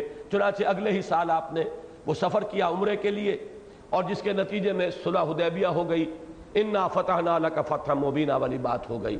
تو در حقیقت وہ شرح اس آیت کی۔ اب وہ آخری آیت آ گئی جس میں بڑی گہری مشابہت ہو جاتی ہے اس سورہ حدید کی آیت نمبر 25 کا جو ابتدائی حصہ ہے، وہ تو هو الذی ارسل رسولہ بالہدی ودین الحق لیظہرہ علی الدین کلہ میں آ گیا، اور جو آخری حصہ ہے یا ایھا الذین آمنوا کونوا انصار اللہ، اہل ایمان اللہ کے مددگار بنو۔ وہاں کیا تھا؟ وَلِيَعْلَمَ اللَّهُ مَن يَنصُرُهُ وَرُسُلَهُ بِالْغَیبِ، اللہ دیکھنا چاہتا ہے کہ کون ہے اس کے وفادار بندے جو غیب میں ہونے کے باوجود اللہ کی اور اس کے رسولوں کی مدد کرتے ہیں۔ فرمایا یا ایھا الذین آمنوا کونوا انصار اللہ، اہل ایمان اللہ کے مددگار بنو۔ کما قال عیسی ابن مریم للحواریین، جیسے کہا تھا ایک وقت میں عیسیٰ ابن مریم نے اپنے حواریین سے، من انصاری الی اللہ، کون ہے میرا مددگار اللہ کی طرف۔ تو نصرت کی دو نسبتیں ہو گئی، اللہ کی مدد اس لیے کہ دین اللہ کا ہے، غلبہ اس کا ہے، اس کی حکومت قائم کرنی ہے، حکومت الہیہ قائم کرنی ہے، اس کا نظام ہے جس کو برپا کرنا ہے۔ اور رسول کی نصرت اس لیے کہ فرض منصبی رسول کا ہے، اصلاً رسول بھیجے گئے الہدیٰ اور دین حق دے کر تاکہ اسے غالب کریں۔ تو گویا کہ نصرت دو ہو گئی، رسول کی نصرت اور اللہ کی نصرت۔ قال الحواریون نحن انصار اللہ، کہا تھا حواریین نے ہم ہیں اللہ کے مددگار۔ نتیجہ کیا نکلا؟ فآمنت طائفۃ من بنی اسرائیل وکفرت طائفہ، بنی اسرائیل دو حصوں میں منقسم ہو گئے، ایک حصہ ایمان لایا، ایک نے کفر کیا۔ ابتدا میں ایمان لانے والا حصہ بہت قلیل، قدر قلیل، کہتے 72 افراد کل تھے، جن میں سے 12 وہ حواریین تھے جو ہر وقت ان کے ساتھ رہتے تھے۔ ان میں سے ان کی اپنی روایت کے مطابق ایک وہ تھا جس نے کہ غداری کی اور خبر پہنچائی اور گرفتار کروایا حضرت مسیح کو۔ اگرچہ انجیل برنباس سے جو معلوم ہوتا ہے وہ یہ ہے کہ اسی کی شکل بدل دی گئی تھی، وہ گرفتار ہوا ہے۔ اصل میں حضرت مسیح کو تو اللہ تعالیٰ نے اس باغ کے اندر، اس کمرے کے اندر ہی سے سیدھا اٹھا لیا ہے آسمان پر، اور وہ آئیں گے بنفس نفیس نازل ہوں گے، وہ ایک علیحدہ مسئلہ ہے۔ لیکن یہاں تاریخ کا اشارہ کیا گیا ہے کہ ایک گروہ کفر پر اڑ گیا جنہوں نے حضرت مسیح کو کافر قرار دیا، مرتد، واجب القتل، اور ان کی شان میں گستاخیاں کی، ان کی والدہ ماجدہ حضرت مریم صدیقہ ان کے اوپر گستاخیاں کی، تہمتیں لگائی، اور ایک وہ تھے جو ایمان لائے۔ لیکن تاریخ کی حقیقت یہ ہے کہ جیسے جیسے وقت گزرا یہود مغلوب ہوتے چلے گئے اور عیسیٰ کے نام لیوا غالب آتے چلے گئے، تاکہ آج بھی اگر یہود کا وجود دنیا میں کچھ ہے تو عیسائیوں کے رحم و کرم کی وجہ سے، ان کی سپورٹ کی وجہ سے، ورنہ یہ ہے کہ اسرائیل جیسی مملکت جو ہے ایک دن کے لیے قائم نہیں رہ سکتی، چاہے وہ اپنے سارے ایٹم بم بھی استعمال کر لیں۔ میں دعوے سے کہتا ہوں کہ امریکہ کی سپورٹ ختم ہو جائے تو چند دنوں کے اندر ٹکا بوٹی ہو جائے گی ایک ایک یہودی کی۔ لیکن یہ ہے کہ بہرحال جب تک امریکہ نے پروٹیکشن دی ہوئی ہے تو الا بحبل من اللہ وحبل من الناس، یہ سورہ آل عمران میں الفاظ موجود ہیں، یہ اس کی گویا کہ شرح ہے۔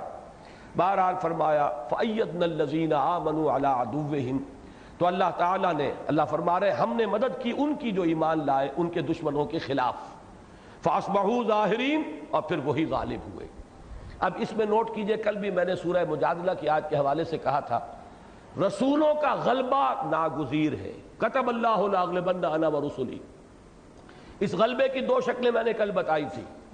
ایک غلبہ حضرت نوح، حضرت ہود، حضرت صالح کو اس شکل میں ہوا کہ دشمن سب ہلاک کر دیے گئے، کفار و مشرکین ختم کر دیے گئے۔ ایک غلبے کی صورت وہ ہے جو محمد الرسول اللہ کے ہاتھوں ہوئی، اگرچہ یہ شعر پورا کا پورا اس پر صادق نہیں آتا، لیکن ایک کیفیت سی اس میں ہے کہ نشہ پلا کے گرانا تو سب کو آتا ہے، مزہ تو تب ہے کہ گرتوں کو تھام لے ساقی۔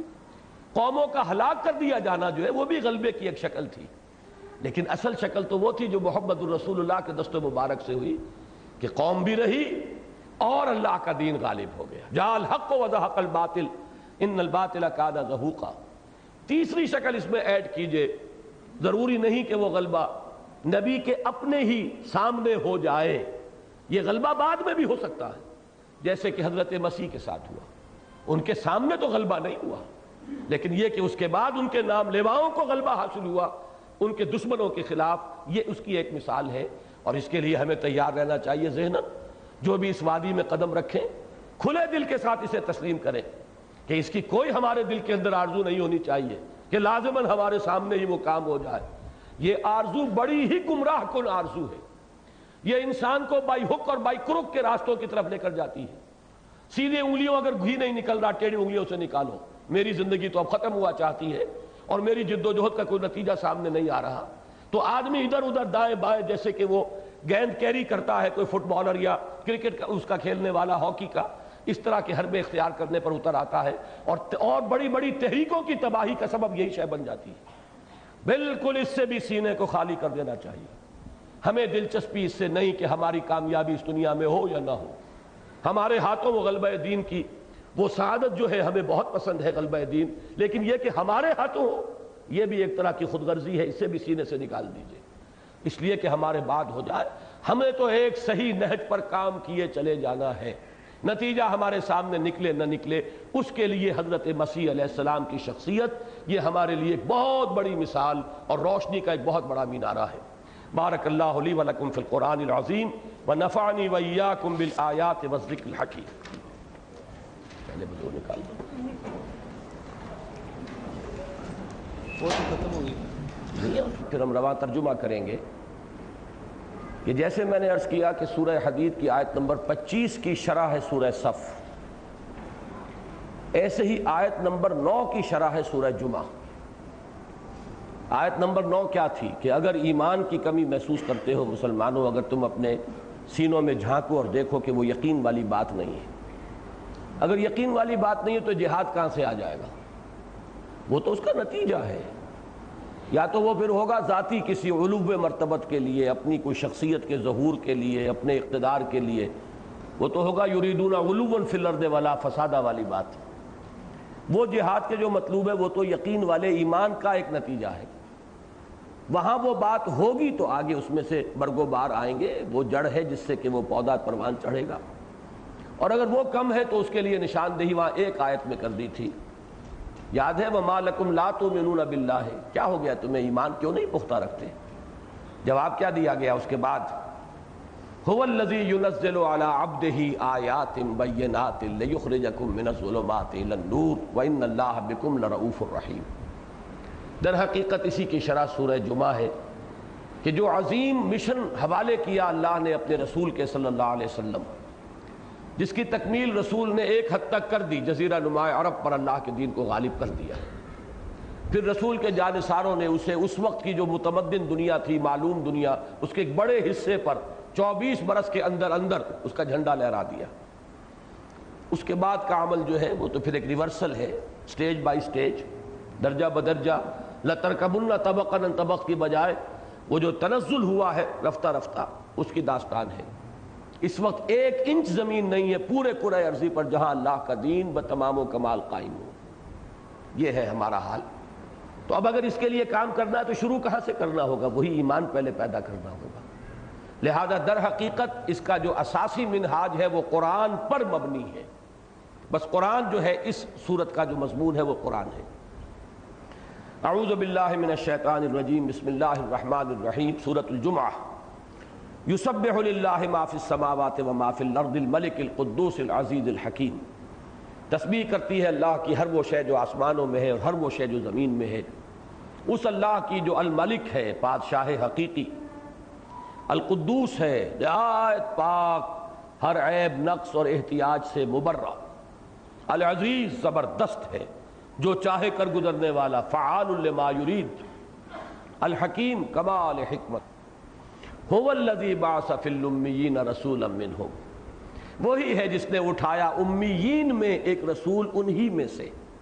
وہ کیا کرتا ہے رسول؟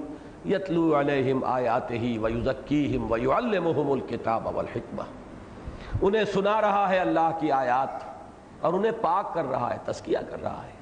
یہ آیات بینات ہی تزکیے کا ذریعہ ہے، یہی ہے شفاء لما فی الصدور، یہ ذہن میں جب اترتا ہے قرآن تو نظریاتی صفائی کرتا ہے، دل میں آتا ہے، دل پہ اترتا ہے تو یہ جو روگ ہے سینوں کے، شفاء لما فی الصدور، یہ ان کا مداوا بنتا ہے، اور یہی تزکیہ ہے۔ وَيُعَلِّمُهُمُ الْكِتَابَ وَالْحِکْمَةَ، اور تعلیم دیتا ہے انہیں کتاب اور حکمت کی۔ یہ پروسیس ہے جس سے حضور نے وہ حزب اللہ تیار کی۔ وہ بنی بنائی نہیں مل گئی تھی، جو میں نے کہا ایک ایک تنکا چننا پڑا ہے، ایک ایک پودے پر حضور کا خون جگر جو ہے وہ کھپا ہے، صرف ہوا ہے، تب اس کی آبیاری ہوئی ہے۔ لیکن عمل بنیادی کیا ہے؟ قرآن کے گرد گھوم رہا ہے، یتلو علیہم آیاتہ ویزکیہم ویعلمہم الکتاب والحکمہ وان کانوا من قبل لفی ضلال مبین، اور یقیناً پہلے تو وہ کھلی گمراہی میں تھے۔ یہ امیین، ان سے بڑھ کر گمراہ کون ہوگا؟ وہ جو ہم نے پڑھا ابھی سورہ شورى میں کہ اے نبی کبر علی المشرکین ما تدعوہم الیہ، انہی میں سے نکالے نا محمد الرسول اللہ نے، وہ لوگ انہی میں سے تھے۔ اس کے بعد فرمایا وآخرین منہم لما یلحقوا بہم، اور دوسرے بھی ہیں انہی میں سے، ان میں بھی بھیجا ہے اللہ نے اپنے اس رسول کو، اس کی بعثت ان کی جانب بھی ہے، آخرین جو ابھی ان میں شامل نہیں ہوئے۔ وآخرین منہم لما یلحقوا بہم وہو العزیز الحکیم، اور وہ زبردست ہے، حکمت والا۔ یہ آخرین سے مراد ہے امت محمد صلی اللہ علیہ وسلم میں جو دوسری اقوام آ کر شامل ہیں۔ اور یہ نقشہ بالکل سمجھیے جیسے ایٹم کا سٹرکچر ہوتا ہے، ایک نیوکلیس اور اس کے گرد جو ہے جو نیوٹرون، جو الیکٹرونز ہیں، وہ مختلف جو ہے مدار ہیں جن میں کہ چکر لگا رہے ہیں۔ نیوکلیس ہے امیین پر مشتمل، انہی میں سے حضور تھے، انہی کی زبان میں یہ قرآن نازل ہوا، وہ ہے اصل نیوکلیس اس امت کا۔ لیکن اس کے گرد اب الیکٹرونز جو ہے وہ ایرانی آ گئے، وہ بربر آ گئے، رومی آ گئے، ہندی آ گئے، آتے چلے گئے، اور ابھی اللہ جانے اللہ کس قوم کو قبول فرما لے اور اس کے ہاتھ میں اپنا جھنڈا تھما دے۔ اس لیے کہ واقعہ یہ ہے کہ مایوسی بڑھتی جا رہی ہے کہ شاید موجودہ مسلمان اقوام جو دنیا کی ہیں ان سے کسی خیر کی کوئی توقع شاید نہیں ہو سکتی۔ ہم شاید اب کنڈمڈ ہیں اللہ کی طرف سے کہ شاید اب آخری کوئی عذاب ہی آیا چاہتا ہے، واللہ عالم۔ یہ کیفیتیں آتی رہتی ہیں، انقباض بھی ہوتا ہے، شرح بست جو ہے وہ بھی، اور کبھی قبض بھی ہوتا ہے، مایوسی بھی کبھی غلبہ کرتی ہے، حالات جو ہیں بہت ہی زیادہ مایوس کن۔ لیکن اللہ کی قدرت سے کیا بعید ہے، اس نے پہلے تاتاریوں کے ہاتھوں پٹوایا، ان امیین کی مرمت کرائی، ایسی مرمت کے تاریخ میں یاد رکھی جائے، اور پھر انہی کے ہاتھ میں اپنے دین کا جھنڈا دے دیا۔ هو العزیز الحکیم، ذالک فضل اللہ یؤتیہ من یشاء واللہ ذو الفضل العظیم۔ یہ اللہ کا فضل ہے، وہ جس کو چاہے گا دے گا، یا جس کو چاہتا ہے دیتا ہے، وہ بڑے فضل والا ہے۔ تو تاریخ میں پہلے بھی ہوا ہے آیا فتنہ تاتار کے افسانے سے پاسباں مل گئے کعبے کو صنم خانے سے۔ اور سورہ محمد کی تو آخری آیت یہ ہے صلی اللہ علیہ وسلم، ان تتولوا یستبدل قوما غیرکم، تم پیٹھ دکھاؤ گے تمہیں ہٹائے گا، کسی اور کو لے آئے گا۔ اب اس کے بعد جیسے سورہ صف میں ایک نشان عبرت یہود کی تاریخ بیان کی تھی، اب ان کو نشان عبرت کے طور پر لائے ہیں کتاب کے ضمن میں۔ انہیں بھی تورات دی گئی تھی اے مسلمانوں جیسے تمہیں قرآن دیا گیا، لیکن انہوں نے اس کی ذمہ داری کو نہ نبھایا۔ مبادا تم بھی انہی کی طرح ہو جاؤ، ان گدھوں کی طرح جن پر کتابوں کا بوجھ لدا ہوتا ہے، اس لیے کہ جو کتاب سے استفادہ نہیں کرتے، محض ایک زوم ہے کہ ہم حامل قرآن ہیں۔ اور ویسے علامہ اقبال نے 100% صحیح کہلوایا ابلیس کی زبان سے کہ جانتا ہوں میں یہ امت حامل قرآن نہیں ہے، وہی سرمایہ داری بندہ مومن کا دین، جانتا ہوں میں کہ مشرق کی اندھیری رات میں بے ید بیضا ہے پیران حرم کی آستین، مجھ سے کوئی شے چھپی ہوئی نہیں ہے، میں جانتا ہوں۔ تو وہی کردار ہے جو ہم نے ثابت کیا کہ ہم نے انہی کے نقش قدم کو اختیار کیا ہے۔ مثل الذین حملوا التوراۃ ثم لم يحملوها، مثال ان لوگوں کی کہ جو حامل تورات بنائے گئے تھے، حمل کہتے حمال بوجھ اٹھانے والا، جن پر بوجھ ڈالا گیا تھا تورات کا، اس لیے کہ کتاب کا حامل ہونا ایک بہت بڑی رسپانسبلٹی ہے، بہت بڑی ذمہ داری ہے، یہ بہت بھاری بوجھ ہے۔ انا سنلقی علیک قولا ثقیلا، یہ بھاری ذمہ داری ہے۔ جو حامل بنائے گئے ثم لم يحملوها، پھر انہوں نے اسے نہ اٹھایا، ذمہ داری کو ادا نہ کیا، کمثل الحمار يحمل اسفارا، اس گدھے کی سی مثال ہے جس پر کتابوں کا بوجھ لدا ہوا ہو۔ بئس مثل القوم الذین کذبوا بآیات اللہ، بری ہے مثال اس قوم کی جنہوں نے اللہ کی آیات کو جھٹلایا۔ یہ تکذیب عملی ہے، تکذیب قولی نہیں ہے۔ تورات کو یہود نے کبھی نہیں جھٹلایا زبان سے، عمل سے جھٹلایا۔ واللہ لا یہدی القوم الظالمین، اللہ ایسے ظالموں کو ہدایت نہیں دیتا۔ قل یا ایھا الذین ھادوا، اے نبی ان سے کہیے، اور یہاں اس وقت اپنے آپ کو مخاطب سمجھیے، قل یا ایھا الذین آمنوا، اس لیے کہ اللہ کی بات تو نہیں بدلتی، لن تجد لسنت اللہ تحویلا، اللہ کے کلمات تو اٹل ہیں۔ لہذا قل یا ایھا الذین ہادوا، کہہ دیجئے اے وہ لوگوں جو یہودی ہوئے، ان زعمتم، اگر تمہیں یہ زعم ہے، انکم اولیاء للہ من دون الناس، کہ تم اللہ کے خاص دوست ہو، محبوب ہو، چہیتے ہو، لاڈلے ہو، ابناء اللہ و احباؤہ ہو، اگر تمہارا یہ گمان ہے، لوگوں کو چھوڑ کر، لوگوں سے اللہ کا رشتہ نہیں ہے، وہ تو جینٹائلز ہیں، ہم ہیں، we are the chosen people of the lord, یہ ان کا قول تھا۔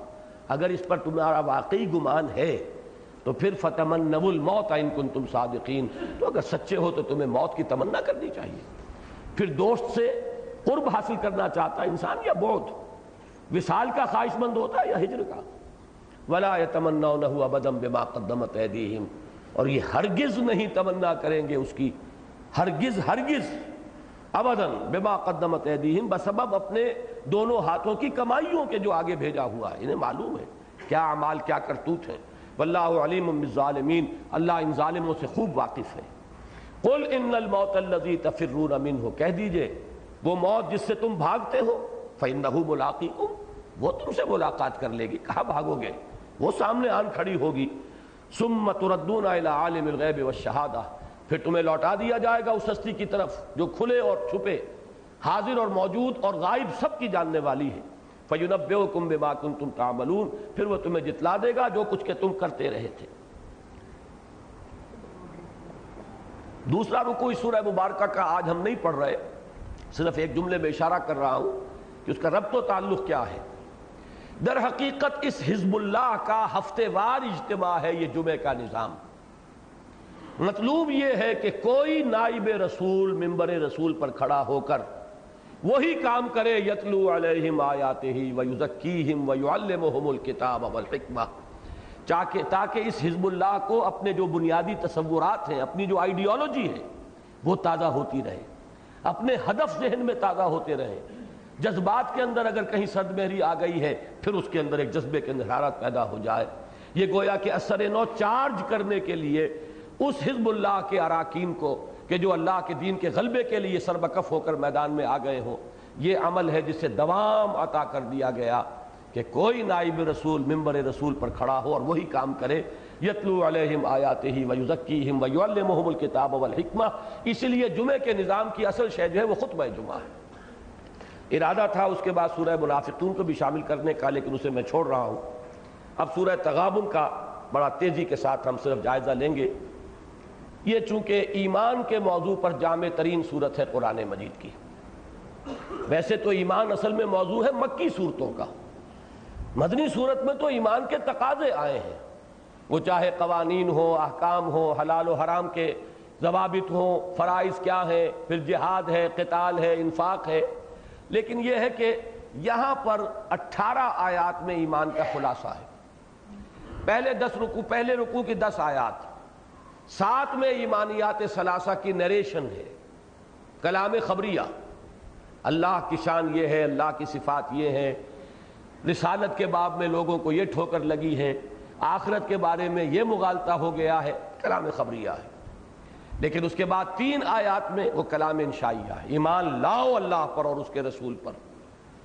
اس کے بعد جو دوسرے رکوع کی 8 آیات ہیں، 5 آیات میں ایمان کے مضمرات و ثمرات و نتائج جو میں نے اشارہ کیا تھا کہ ثم استقاموا کی شرح یہاں آ جائے گی کہ کیا تقاضا ہے اس کا، اللہ کو اپنا رب اور اپنا لارڈ اور اپنا مالک مان لینے کا، اس کا تقاضا کیا ہے، اور پھر 3 آیات میں ان تقاضوں کو پورا کرنے کی پرزور دعوت۔ یہ 18 آیات کا تجزیہ ہے۔ اب پڑھیے، بسم اللہ الرحمن الرحیم، یسبح للہ ما فی السماوات و ما فی الارض، تسبیح کرتی ہے اللہ کی ہر وہ شے جو آسمانوں میں ہے اور ہر وہ شے جو زمین میں ہے۔ لہ الملک، بادشاہی اسی کا حق ہے، ڈی فیکٹو بھی اسی کی ہے، ڈی جیورے بھی اسی کی ہے۔ وَلَهُ الْحَمْدُ، کل حمد و ثنا بھی اسی کی ہے۔ وَهُوَ عَلَىٰ كُلِّ شَيْءٍ قَدِيرٌ، وہ ہر شے پر قادر ہے۔ هُوَ الَّذِي خَلَقَكُمْ، وہی ہے جس نے تمہیں پیدا کیا، بنایا۔ فَمِنْكُمْ كَافِرٌ وَمِنْكُمْ مُؤْمِنٌ، تو کوئی تم میں سے کافر ہے، کوئی مومن ہے۔ وَاللَّهُ بِمَا تَعْمَلُونَ بَصِيرٌ، اور جو کچھ تم کر رہے ہو اللہ دیکھ رہا ہے۔ یعنی مومنوں کو ان کا حق مل جائے گا، کافروں کو ان کی سزا مل جائے گی، اللہ دیکھ رہا ہے۔ خلق السماوات والارض بالحق، اس نے آسمان اور زمین پیدا فرمائے حق کے ساتھ۔ وہ بات جو کل میں نے کہی تھی ربنا ما خلقت ھذا باطلا، وہ ایک اسلوب تھا، یہ دوسرا اسلوب ہے۔ فصورکم، اور تمہاری تصویر کشی کی، فاحسن صورکم، بہت ہی عمدہ نقشہ کشی کی، وإلیہ المصیر، اور اسی کی طرف لوٹ جانا ہے۔ یعلم ما فی السماوات والارض، وہ جانتا ہے جو کچھ کے آسمانوں اور زمین میں ہے، ویعلم ما تسرون وما تعلنون، اور وہ جانتا ہے جو کچھ تم چھپاتے ہو اور جو کچھ تم ظاہر کرتے ہو۔ واللہ علیم بذات الصدور، اور اللہ تو تمہارے سینوں کی ان چیزوں سے بھی باخبر ہے جن کو تم خود نہیں جانتے۔ ایک تو یہ ہے جسے آدمی چھپاتا ہے لیکن جانتا ہے، جان بوجھ کر چھپا رہا۔ ایک وہ ہے سب کانشس مائنڈ کی چیزیں، انسان کے تحت الشعور کے اندر جو کچھ لرک کر رہا ہے، جو خواہشات اور تمنائیں آرزویں جن سے انسان خود بھی آگاہ نہیں ہوتا بسا اوقات، اللہ کے علم میں تو وہ بھی ہے۔ اب یہ 4 آیتوں میں توحید کا اور اللہ کی ذات و صفات کا بیان ہوا، 2 آیتوں میں رسالت۔ الم یاتکم نبأ الذین کفروا من قبل، کیا تمہارے پاس آ نہیں گئی خبریں ان لوگوں کی جنہوں نے کفر کیا تھا پہلے؟ قوم ہود، قوم سمود، قوم عاد، قوم نوح۔ فذاقوا وبال امرہم، جب انہوں نے کفر کیا تو اپنے کیے کا بوال چکھ لیا، یعنی وہ ہلاک کر دیے گئے۔ وَلَهُمْ عَذَابٌ علیم، اور اصل سزا تو آخرت کی ہے، دردناک سزا۔ ذالک بأنہ، یہ اس لیے ہوا، کانت تاتیہم رسلہم بالبینات، ان کے پاس ان کے رسول آتے رہے واضح تعلیمات کے ساتھ یا واضح نشانیوں کے ساتھ۔ فقالوا ابشر یہدوننا، تو انہوں نے کہا کیا بشر، انسان ہمیں ہدایت دیں گے؟ یعنی بشریت کو دلیل بنایا ان کی رسالت کو رد کرنے کے لیے، یہ رسول کیسے ہو سکتے ہیں جب بشر ہیں؟ فکفروا، تو انہوں نے کفر کیا، اس بنیاد پر کفر کیا۔ وتولوا، اور پیٹھ موڑ لی۔ واستغنى اللہ، تو اللہ نے بھی بے نیازی کی روش اختیار کی۔ واللہ غنی حمید، اللہ تو غنی اور حمید ہے ہی، یہ بے نیازی کا جامہ اس پر تو راست آتا ہی ہے اور کسی پر تو آتا ہی نہیں۔ اب یہاں نوٹ کر لیجئے، میں نے پرسوں کی اپنی گفتگو میں اشارہ کیا تھا، ایک ہی مرض ہے رسالت اور نبوت اور بشریت میں تضاد محسوس کرنا۔ اس مرض کا ظہور ہوا اس وقت اس شکل میں کہ جن کے سامنے گوشت پوشت کا انسان موجود تھا، وہ بشریت کا انکار کیسے کرتے؟ وہ تو جانتے تھے محمد عبداللہ کے بیٹے، عبد المطلب کے پوتے، حمزہ کے بھتیجے، ابو طالب کے بھتیجے، آمنہ کے بیٹے، خدیجہ کے شوہر، فاطمہ کے باپ، جانتے تھے کہ نہیں جانتے تھے؟ وہ تو بشر سامنے تھا۔ بشریت کی بنیاد پر رسالت کا انکار، یہ رسول کیسے ہو سکتے ہیں جبکہ یہ بشر ہے؟ یہی گمراہی آئی ہے پھر بعد میں، جو رسول مانتے ہیں انہوں نے بشریت کا انکار کر دیا۔ یہ رسول ہے تو بشر کیسے ہو سکتے ہیں؟ تو گمراہی ایک ہے، بالکل ہم وزن، کوئی فرق نہیں ہے اس کے اندر، جہاں تک اس کی جو بھی شدت کا اور گہرائی اور گہرائی کا تعلق برابر ہے، ظہور 2 شکلوں میں ہو رہا ہے۔ اب 2 آیتوں میں یہ رسالت کا مضمون آ گیا، اب 31 آیت میں آخرت۔ زعم الذین کفروا ان لن یبعثوا، ان کافروں کو یہ زعم ہو گیا ہے، یہ خیال خام لاحق ہو گیا ہے کہ یہ اٹھائے نہیں جائیں گے یا اٹھائے نہیں جا سکیں گے۔ قل بلا وربی، کہہ دیجئے کیوں نہیں، اور مجھے اپنے رب کی قسم ہے، لتبعثن، تم لازماً اٹھائے جاؤ گے، ثم لتنبؤن بما عملتم، پھر تمہیں جتلا دیا جائے گا جو کچھ کہ تم نے کیا ہوگا۔ وذالک علی اللہ یسیر، اور یہ اللہ پر بہت آسان ہے۔ یہ 7 آیتیں ہیں۔ اب آ رہا ہے کلمہ فا کے ساتھ، جیسے کل میں نے سورہ حج کی آخری آیت میں توجہ دلائی تھی، یہ فا بڑا اہم ہوتا ہے۔ فآمنوا باللہ، فآمنوا باللہ ورسولہ والنور الذی انزلنا، بس ایمان لاؤ اللہ پر اور اس کے رسول پر اور اس نور پر جو ہم نے نازل فرمایا، یعنی یہ قرآن حکیم۔ واللہ بما تعملون خبیر، اور جو کچھ تم کر رہے ہو اللہ اس سے باخبر ہے۔ یوم یجمعکم لیوم الجمع ذالک یوم التغابن، وہ دن جس دن کی وہ تمہیں جمع کرے گا، جمع کرنے کے دن، وہ ہے ہار اور جیت کے فیصلے کا دن۔ اس روز جو جیتا وہ جیتا، جو ہارا وہ ہارا، جو کامیاب ہوا وہ کامیاب ہوا، جو ناکام ہوا وہ ناکام۔ اصل کامیابی اس روز کی، اصل ناکامی اس روز کی۔ اور وہ کامیابی کیا ہے؟ وَمَن يُؤْمِن بِاللَّهِ وَيَعْمَلْ صَالِحًا يُكَفِّرْ عَنْهُ سَيِّئَاتِهِ، جو اللہ پر ایمان لائے گا اور عمل کرے گا اچھے، اللہ تعالیٰ اس کی برائیوں کو دور کر دے گا۔ وَيُدْخِلْهُ جَنَّاتٍ تَجْرِي مِن تَحْتِهَا الْأَنْهَارُ خَالِدِينَ فِيهَا أَبَدًا، اور انہیں ان باغات میں داخل کرے گا جن کے دامن میں ندیاں بہتی ہوں گی، جن میں وہ رہیں گے ہمیشہ ہمیش۔ ذَلِكَ الْفَوْزُ الْعَظِيمُ، یہی بڑی کامیابی ہے۔ اور ناکامی کیا ہے؟ والذین کفروا وکذبوا بآیاتنا اولئک اصحاب النار خالدین فیہا وبئس المصیر، اور جنہوں نے کفر کیا اور جھٹلایا ہماری آیات کو وہ ہوں گے آگ والے، اس میں رہیں گے ہمیشہ ہمیشہ، اور وہ بہت ہی برا ٹھکانہ ہے۔ پہلا رکوع ختم ہوا، اب دوسرے رکوع کی پہلی 5 آیات میں ایمان کے 5 ثمرات۔ پہلا نتیجہ وہ ہے جو سورہ حدید میں آ چکا ہے، تفصیل سے یہاں اجمالاً، ما صاب من مصیبت الا باذن اللہ، کوئی مصیبت واقع نہیں ہو سکتی مگر اللہ کے اذن سے۔ ومن یؤمن باللہ، اور جو اللہ پر ایمان رکھتا ہو، یہد قلبہ، اللہ اس کے دل کو ہدایت دے دیتا ہے۔ واللہ بکل شیء علیم، اللہ ہر چیز کا علم رکھتا ہے۔ یہ ہدایت کس بات کی ہے؟ تسلیم و رضا۔ دیکھیے ایک درجہ تو یہ ہے کہ بدل مختلف حالات میں یا صبر ہوگا یا شکر ہوگا۔ اللہ نے کچھ دیا ہے شکر کیجئے، اللہ نے کچھ چھین لیا ہے، کوئی تکلیف پہنچا دی ہے، صبر کیجئے۔ لیکن یہ ابتدائی منزل ہے۔ مقام صبر جو ہے اور مقام شکر، ان دونوں سے بلند تر ایک مقام ہے، اور وہ ہے مقام رضا، اللہ کی رضا پر راضی ہو جانا۔ اے اللہ تجھے یہ راضی ہے تو میں بھی راضی ہوں۔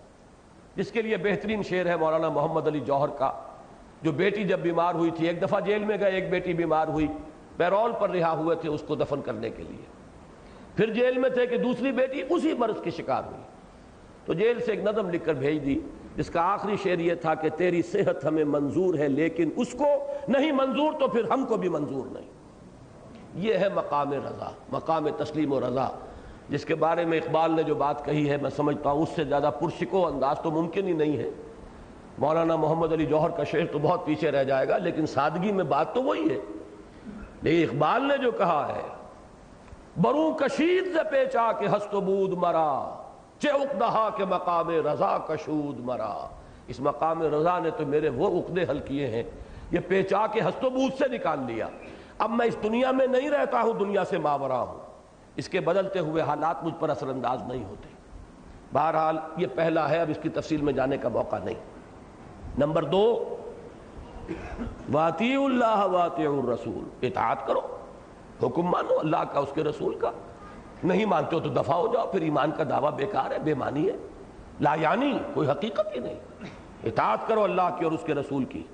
فَإِن تَوَلَّيْتُمْ، اگر تم پیٹھ دکھا دو گے، فَإِنَّمَا عَلَىٰ رَسُولِنَا الْبَلَاغُ الْمُبِينُ، تو جان لو ہمارے رسول کے ذمے صاف صاف پہنچا دینے کے سوا کوئی ذمہ داری نہیں ہے، آگے رسپانسبلٹی تمہاری ہے، you will be held responsible, تم اکاؤنٹیبل ہو گے on the day of judgement. رسول نے بات پہنچا دی، وہ فارغ ہوئے، بری ہوئے۔ نمبر 3، اللہ لا الہ الا ہو علی اللہ فلیتوکل المؤمنون، اللہ وہ ہے جس کے سوا کوئی معبود نہیں، بس اللہ ہی پر توکل کرنا چاہیے اہل ایمان کو، اسباب پر توکل نہ رہے۔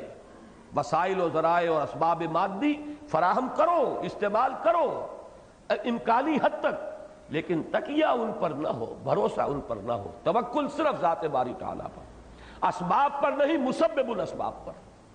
نمبر 4، اب یہ علائق دنیاوی آ گئے، وہ محبتیں، وہ بار بار جن کا ذکر ہوا ہے، ان کے بارے میں قرآن کا نقطہ نظر بڑا عجیب ہے۔ ایمان دل میں آ جائے گا تو ان کی محبتوں کے پردے میں دشمنی نظر آنے لگے گی۔ بیوی کی محبت مجھے غلط راستے پر نہ لے جائے، بچوں کی محبت، ان کا لاڈ پیار، کہیں میں ان کو بھی برباد نہ کروں اور کہیں ان کی محبت مجھے برباد نہ کر دے۔ ان کے لیے اور ان کی رضا جوئی کے لیے اور ان کی فرمائشیں پوری کرنے کے لیے حرام خوری، ان کو اعلیٰ سے اعلیٰ تعلیم دلوانے کے لیے رشوت اور سارے غلط ہتھ کنڈے یہ انسان کر رہا ہے، گویا کہ یہ محبت کے پردے میں دشمنی ہو رہی ہے، عداوت ہے۔ یا ایھا الذین آمنوا ان من ازواجکم واولادکم عدوا لکم فاحذروہم، اہل ایمان تمہاری بیویوں اور اولاد میں سے کچھ تمہارے دشمن مضمر ہیں، چھپے ہوئے ہیں، گھات میں ہیں، بچ کر رہو، بی آن دی الرٹ، اپنی حفاظت کرو، فاحذروہم، ان سے بچ کر رہو۔ وَإِن تَعْفُوا وَتَصْفَحُوا وَتَغْفِرُوا فَإِنَّ اللَّهَ غَفُورٌ رَحِيمٌ، لیکن گھر کی زندگی کو تم میدان جنگ کا نقشہ نہ بنا دو، بلکہ یہ کہ درگزر کرو، اگر تم درگزر کرو، معاف کر دیا کرو، اور کچھ نظر انداز بھی کیا کرو، چشم پوشی سے کام لیا کرو، تو اللہ بھی غفور اور رحیم ہے۔ یہ نہیں کہ ہر وقت ڈنڈا ہاتھ میں ہے اور ڈانٹ ڈپٹ اور لڑائی ہو رہی ہے، اس سے بغاوت وجود میں آتی ہے، لیکن خود اپنے آپ کو پوری طرح محفوظ رکھو۔ ان کی تربیت کے لیے سردی گرمی دونوں چاہیے گے، نرمی بھی چاہیے گی، محبت بھی درکار ہوگی، اور کبھی سرزنش بھی درکار ہوگی، لیکن یہ کہ اپنا تحفظ پہلے، قو انفسکم، بچاؤ پہلے اپنے آپ۔ پانچویں چیز اموال، ان کے بارے میں نقطہ نظر، انما اموالکم و اولادکم فتنہ، تمہارے یہ اموال و اولاد تمہارے لیے فتنہ ہے، آزمائش ہے، انہی میں آزمائے جا رہے ہو کہ دیکھتے ہو اس پرڑے کو نیچے کرتے ہو یا اس کو کرتے ہو، اسی میں تو سارا کھیل ہے، اس ڈنڈی کے ادھر یا ادھر ہونے ہی پر سارا دار و مدار ہے، فلاح کا اور یا تباہی اور بربادی کا۔ واللہ عندہ اجر عظیم، اور اللہ ہی کے پاس ہے بہت بڑا اجر۔ اولاد یہاں پر دونوں جگہ پر لائی گئی، پہلی آیت میں بھی ان من ازواجکم و اولادکم عدو لکم، پھر مال کے ساتھ بھی بریکٹ کیا۔ اس کی وجہ کیا ہے کہ اولاد کو انسان واقعتاً اپنا ایسٹ بھی سمجھتا ہے، وہ یہ سمجھتا ہے یہ میرے مستقبل کا سہارا بننے والے ہیں، چاہے بعد میں وہ بالکل کوڑا جواب دے جائیں اور بوڑھے والدین کے لیے ان کے پاس کوئی وقت تک نہ ہو ان سے ملنے کا، لیکن ابتداءً انسان سمجھتا ہے یہ بھی میرا ایسٹ ہے۔ بہرحال یہ 5 آیات ہیں، ایک ایک آیت میں ایمان کا ایک ایک ثمرہ کھول کر بیان کر دیا۔ اب فا سے پھر کلام آیا، فاتقوا اللہ ما استطعتم، بس تقوی اختیار کرو اللہ کا جتنا بھی تمہارے حد امکان میں ہے، حد استطاعت میں ہے، واسمعوا واطیعوا، اور سنو اور اطاعت کرو۔ یہ سننا اور اطاعت کرنا پہلے کس کا ہے؟ اللہ کا اور اس کے رسول کا۔ ان کے بعد جو بھی نظام خلافت علی منہاج النبوت کا قائم ہوا، ابو بکر، عمر، عثمان، علی، حسن رضی اللہ تعالی عنہ، ان کے لیے سمع و طاعت۔ اس کے بعد اگر وہ نظام درہم برہم ہو گیا، اس کو قائم کرنے کے لیے اب حزب اللہ کو اثر نو اب دوبارہ آرگنائز کرنا ہوگا۔ چھپر کھڑا ہے تو کھڑا رکھو، گر گیا ہے تو دوبارہ اٹھاؤ، دین قائم ہے تو قائم رکھو، آندھیاں آ رہی ہیں تو اس کی تنابوں کو کھینچ کر رکھو، اس کے کھونٹوں کو مضبوط رکھو، خیمہ گر نہ جائے، لیکن گر گیا ہے تو اب اسے اٹھاؤ اثر نو۔ دو ہی شکلیں ہیں، اگر خلافت علی منہاج النبوت کا نظام قائم ہے تو جو بھی سربراہ ہے اس نظام کا، اس کے ساتھ سمع و طاعت ہوگی، اور اگر نہیں ہے تو حزب اللہ دوبارہ آرگنائز کرنی ہوگی، اس کے لیے پھر وہ سمع و طاعت فی المعروف کی بیعت کی جائے گی، دو شکلوں کے سوا تیسری کوئی شکل نہیں۔ یہی وجہ حضور نے فرمایا، حضرت عبداللہ ابن عمر کی روایت ہے اور مسلم شریف کی روایت ہے کہ من ماتا، جو شخص مرا مسلمان سال میں، ولیس فی عنقہ بیعۃ، کہ اس کی گردن میں بیعت کا قلادہ نہ تھا، فقد مات میتۃ الجاہلیہ، وہ جاہلیت کی موت مرا ہے، اسلام کی موت نہیں مرا۔ اس لیے کہ نظم جماعت یا اسلامی نظام ہے، اس کے سربراہ سے بیعت نہیں ہے، اس کو قائم کرنے کے لیے جماعت بناؤ، اثر نو اس حزب اللہ کی تشکیل کرو، پھر وہ جہاد کے مراحل سے گزرو۔ یہ بھی تو کسی کی سربراہی کے بغیر نہیں ہوگا، کسی کی قیادت کے بغیر نہیں ہوگا، اس سے وہ بیعت سمع و طاعت۔ فاسمعوا واطیعوا وانفقوا خیرا لانفسکم، اور خرچ کرو وہی جو سورہ حدید سے بات چلی تھی، آمنوا باللہ ورسولہ وانفقوا مما جعلکم مستخلفین فیہ، اللہ کے دین کو قائم کرنے کے لیے، اعلاء کلمت اللہ کے لیے لگاؤ اپنی جانیں، کھپاؤ اپنے مال۔ ومن یوق شح نفسہ فاولئک ھم المفلحون، اور جو بچا لیا گیا اپنے جی کے لالچ سے وہی ہے جو فلاح پانے والے ہیں، آخری منزل مراد تک وہی پہنچ پائیں گے۔ ان تقرضوا اللہ قرضا حسنا یضاعف لکم، اگر تم اللہ کو قرض حسنہ دو گے، دیکھیے سورہ حدید کی قیامت کے مضامین دوہرا کر آ گئے، جہاں سے چلے تھے وہیں ہماری بات پہنچ گئی، سورہ حدید اور یہ سورہ تغابن کی حد تک، اگرچہ ایک حصہ اس مضمون کا بھی سورہ تحریم میں بھی آنا ہے۔ بہرحال اگر تم اللہ کو قرض حسنہ دو گے، یضاعف لکم، وہ اس کو تمہارے لیے دگنا بھی کرے گا اور تمہاری گناہوں کا کفارہ بنا دے گا، بخش دے گا تمہیں۔ واللہ شکور الحلیم، اللہ قدردان بھی ہے اور حلیم ہے، فوراً نہیں پکڑتا، مہلت دیتا ہے اصلاح کی، رسی دراز کرتا ہے۔ عالم الغیب والشہادہ، وہ کھلے اور چھپے اور ظاہر اور باطن اور سامنے موجود اور غائب ہر شے کا جاننے والا ہے۔ العزیز الحکیم، زبردست ہے، کمال حکمت والا۔ بارک اللہ لی ولکم فی القرآن العظیم ونفعنی وإیاکم بالآیات والذکر الحکیم۔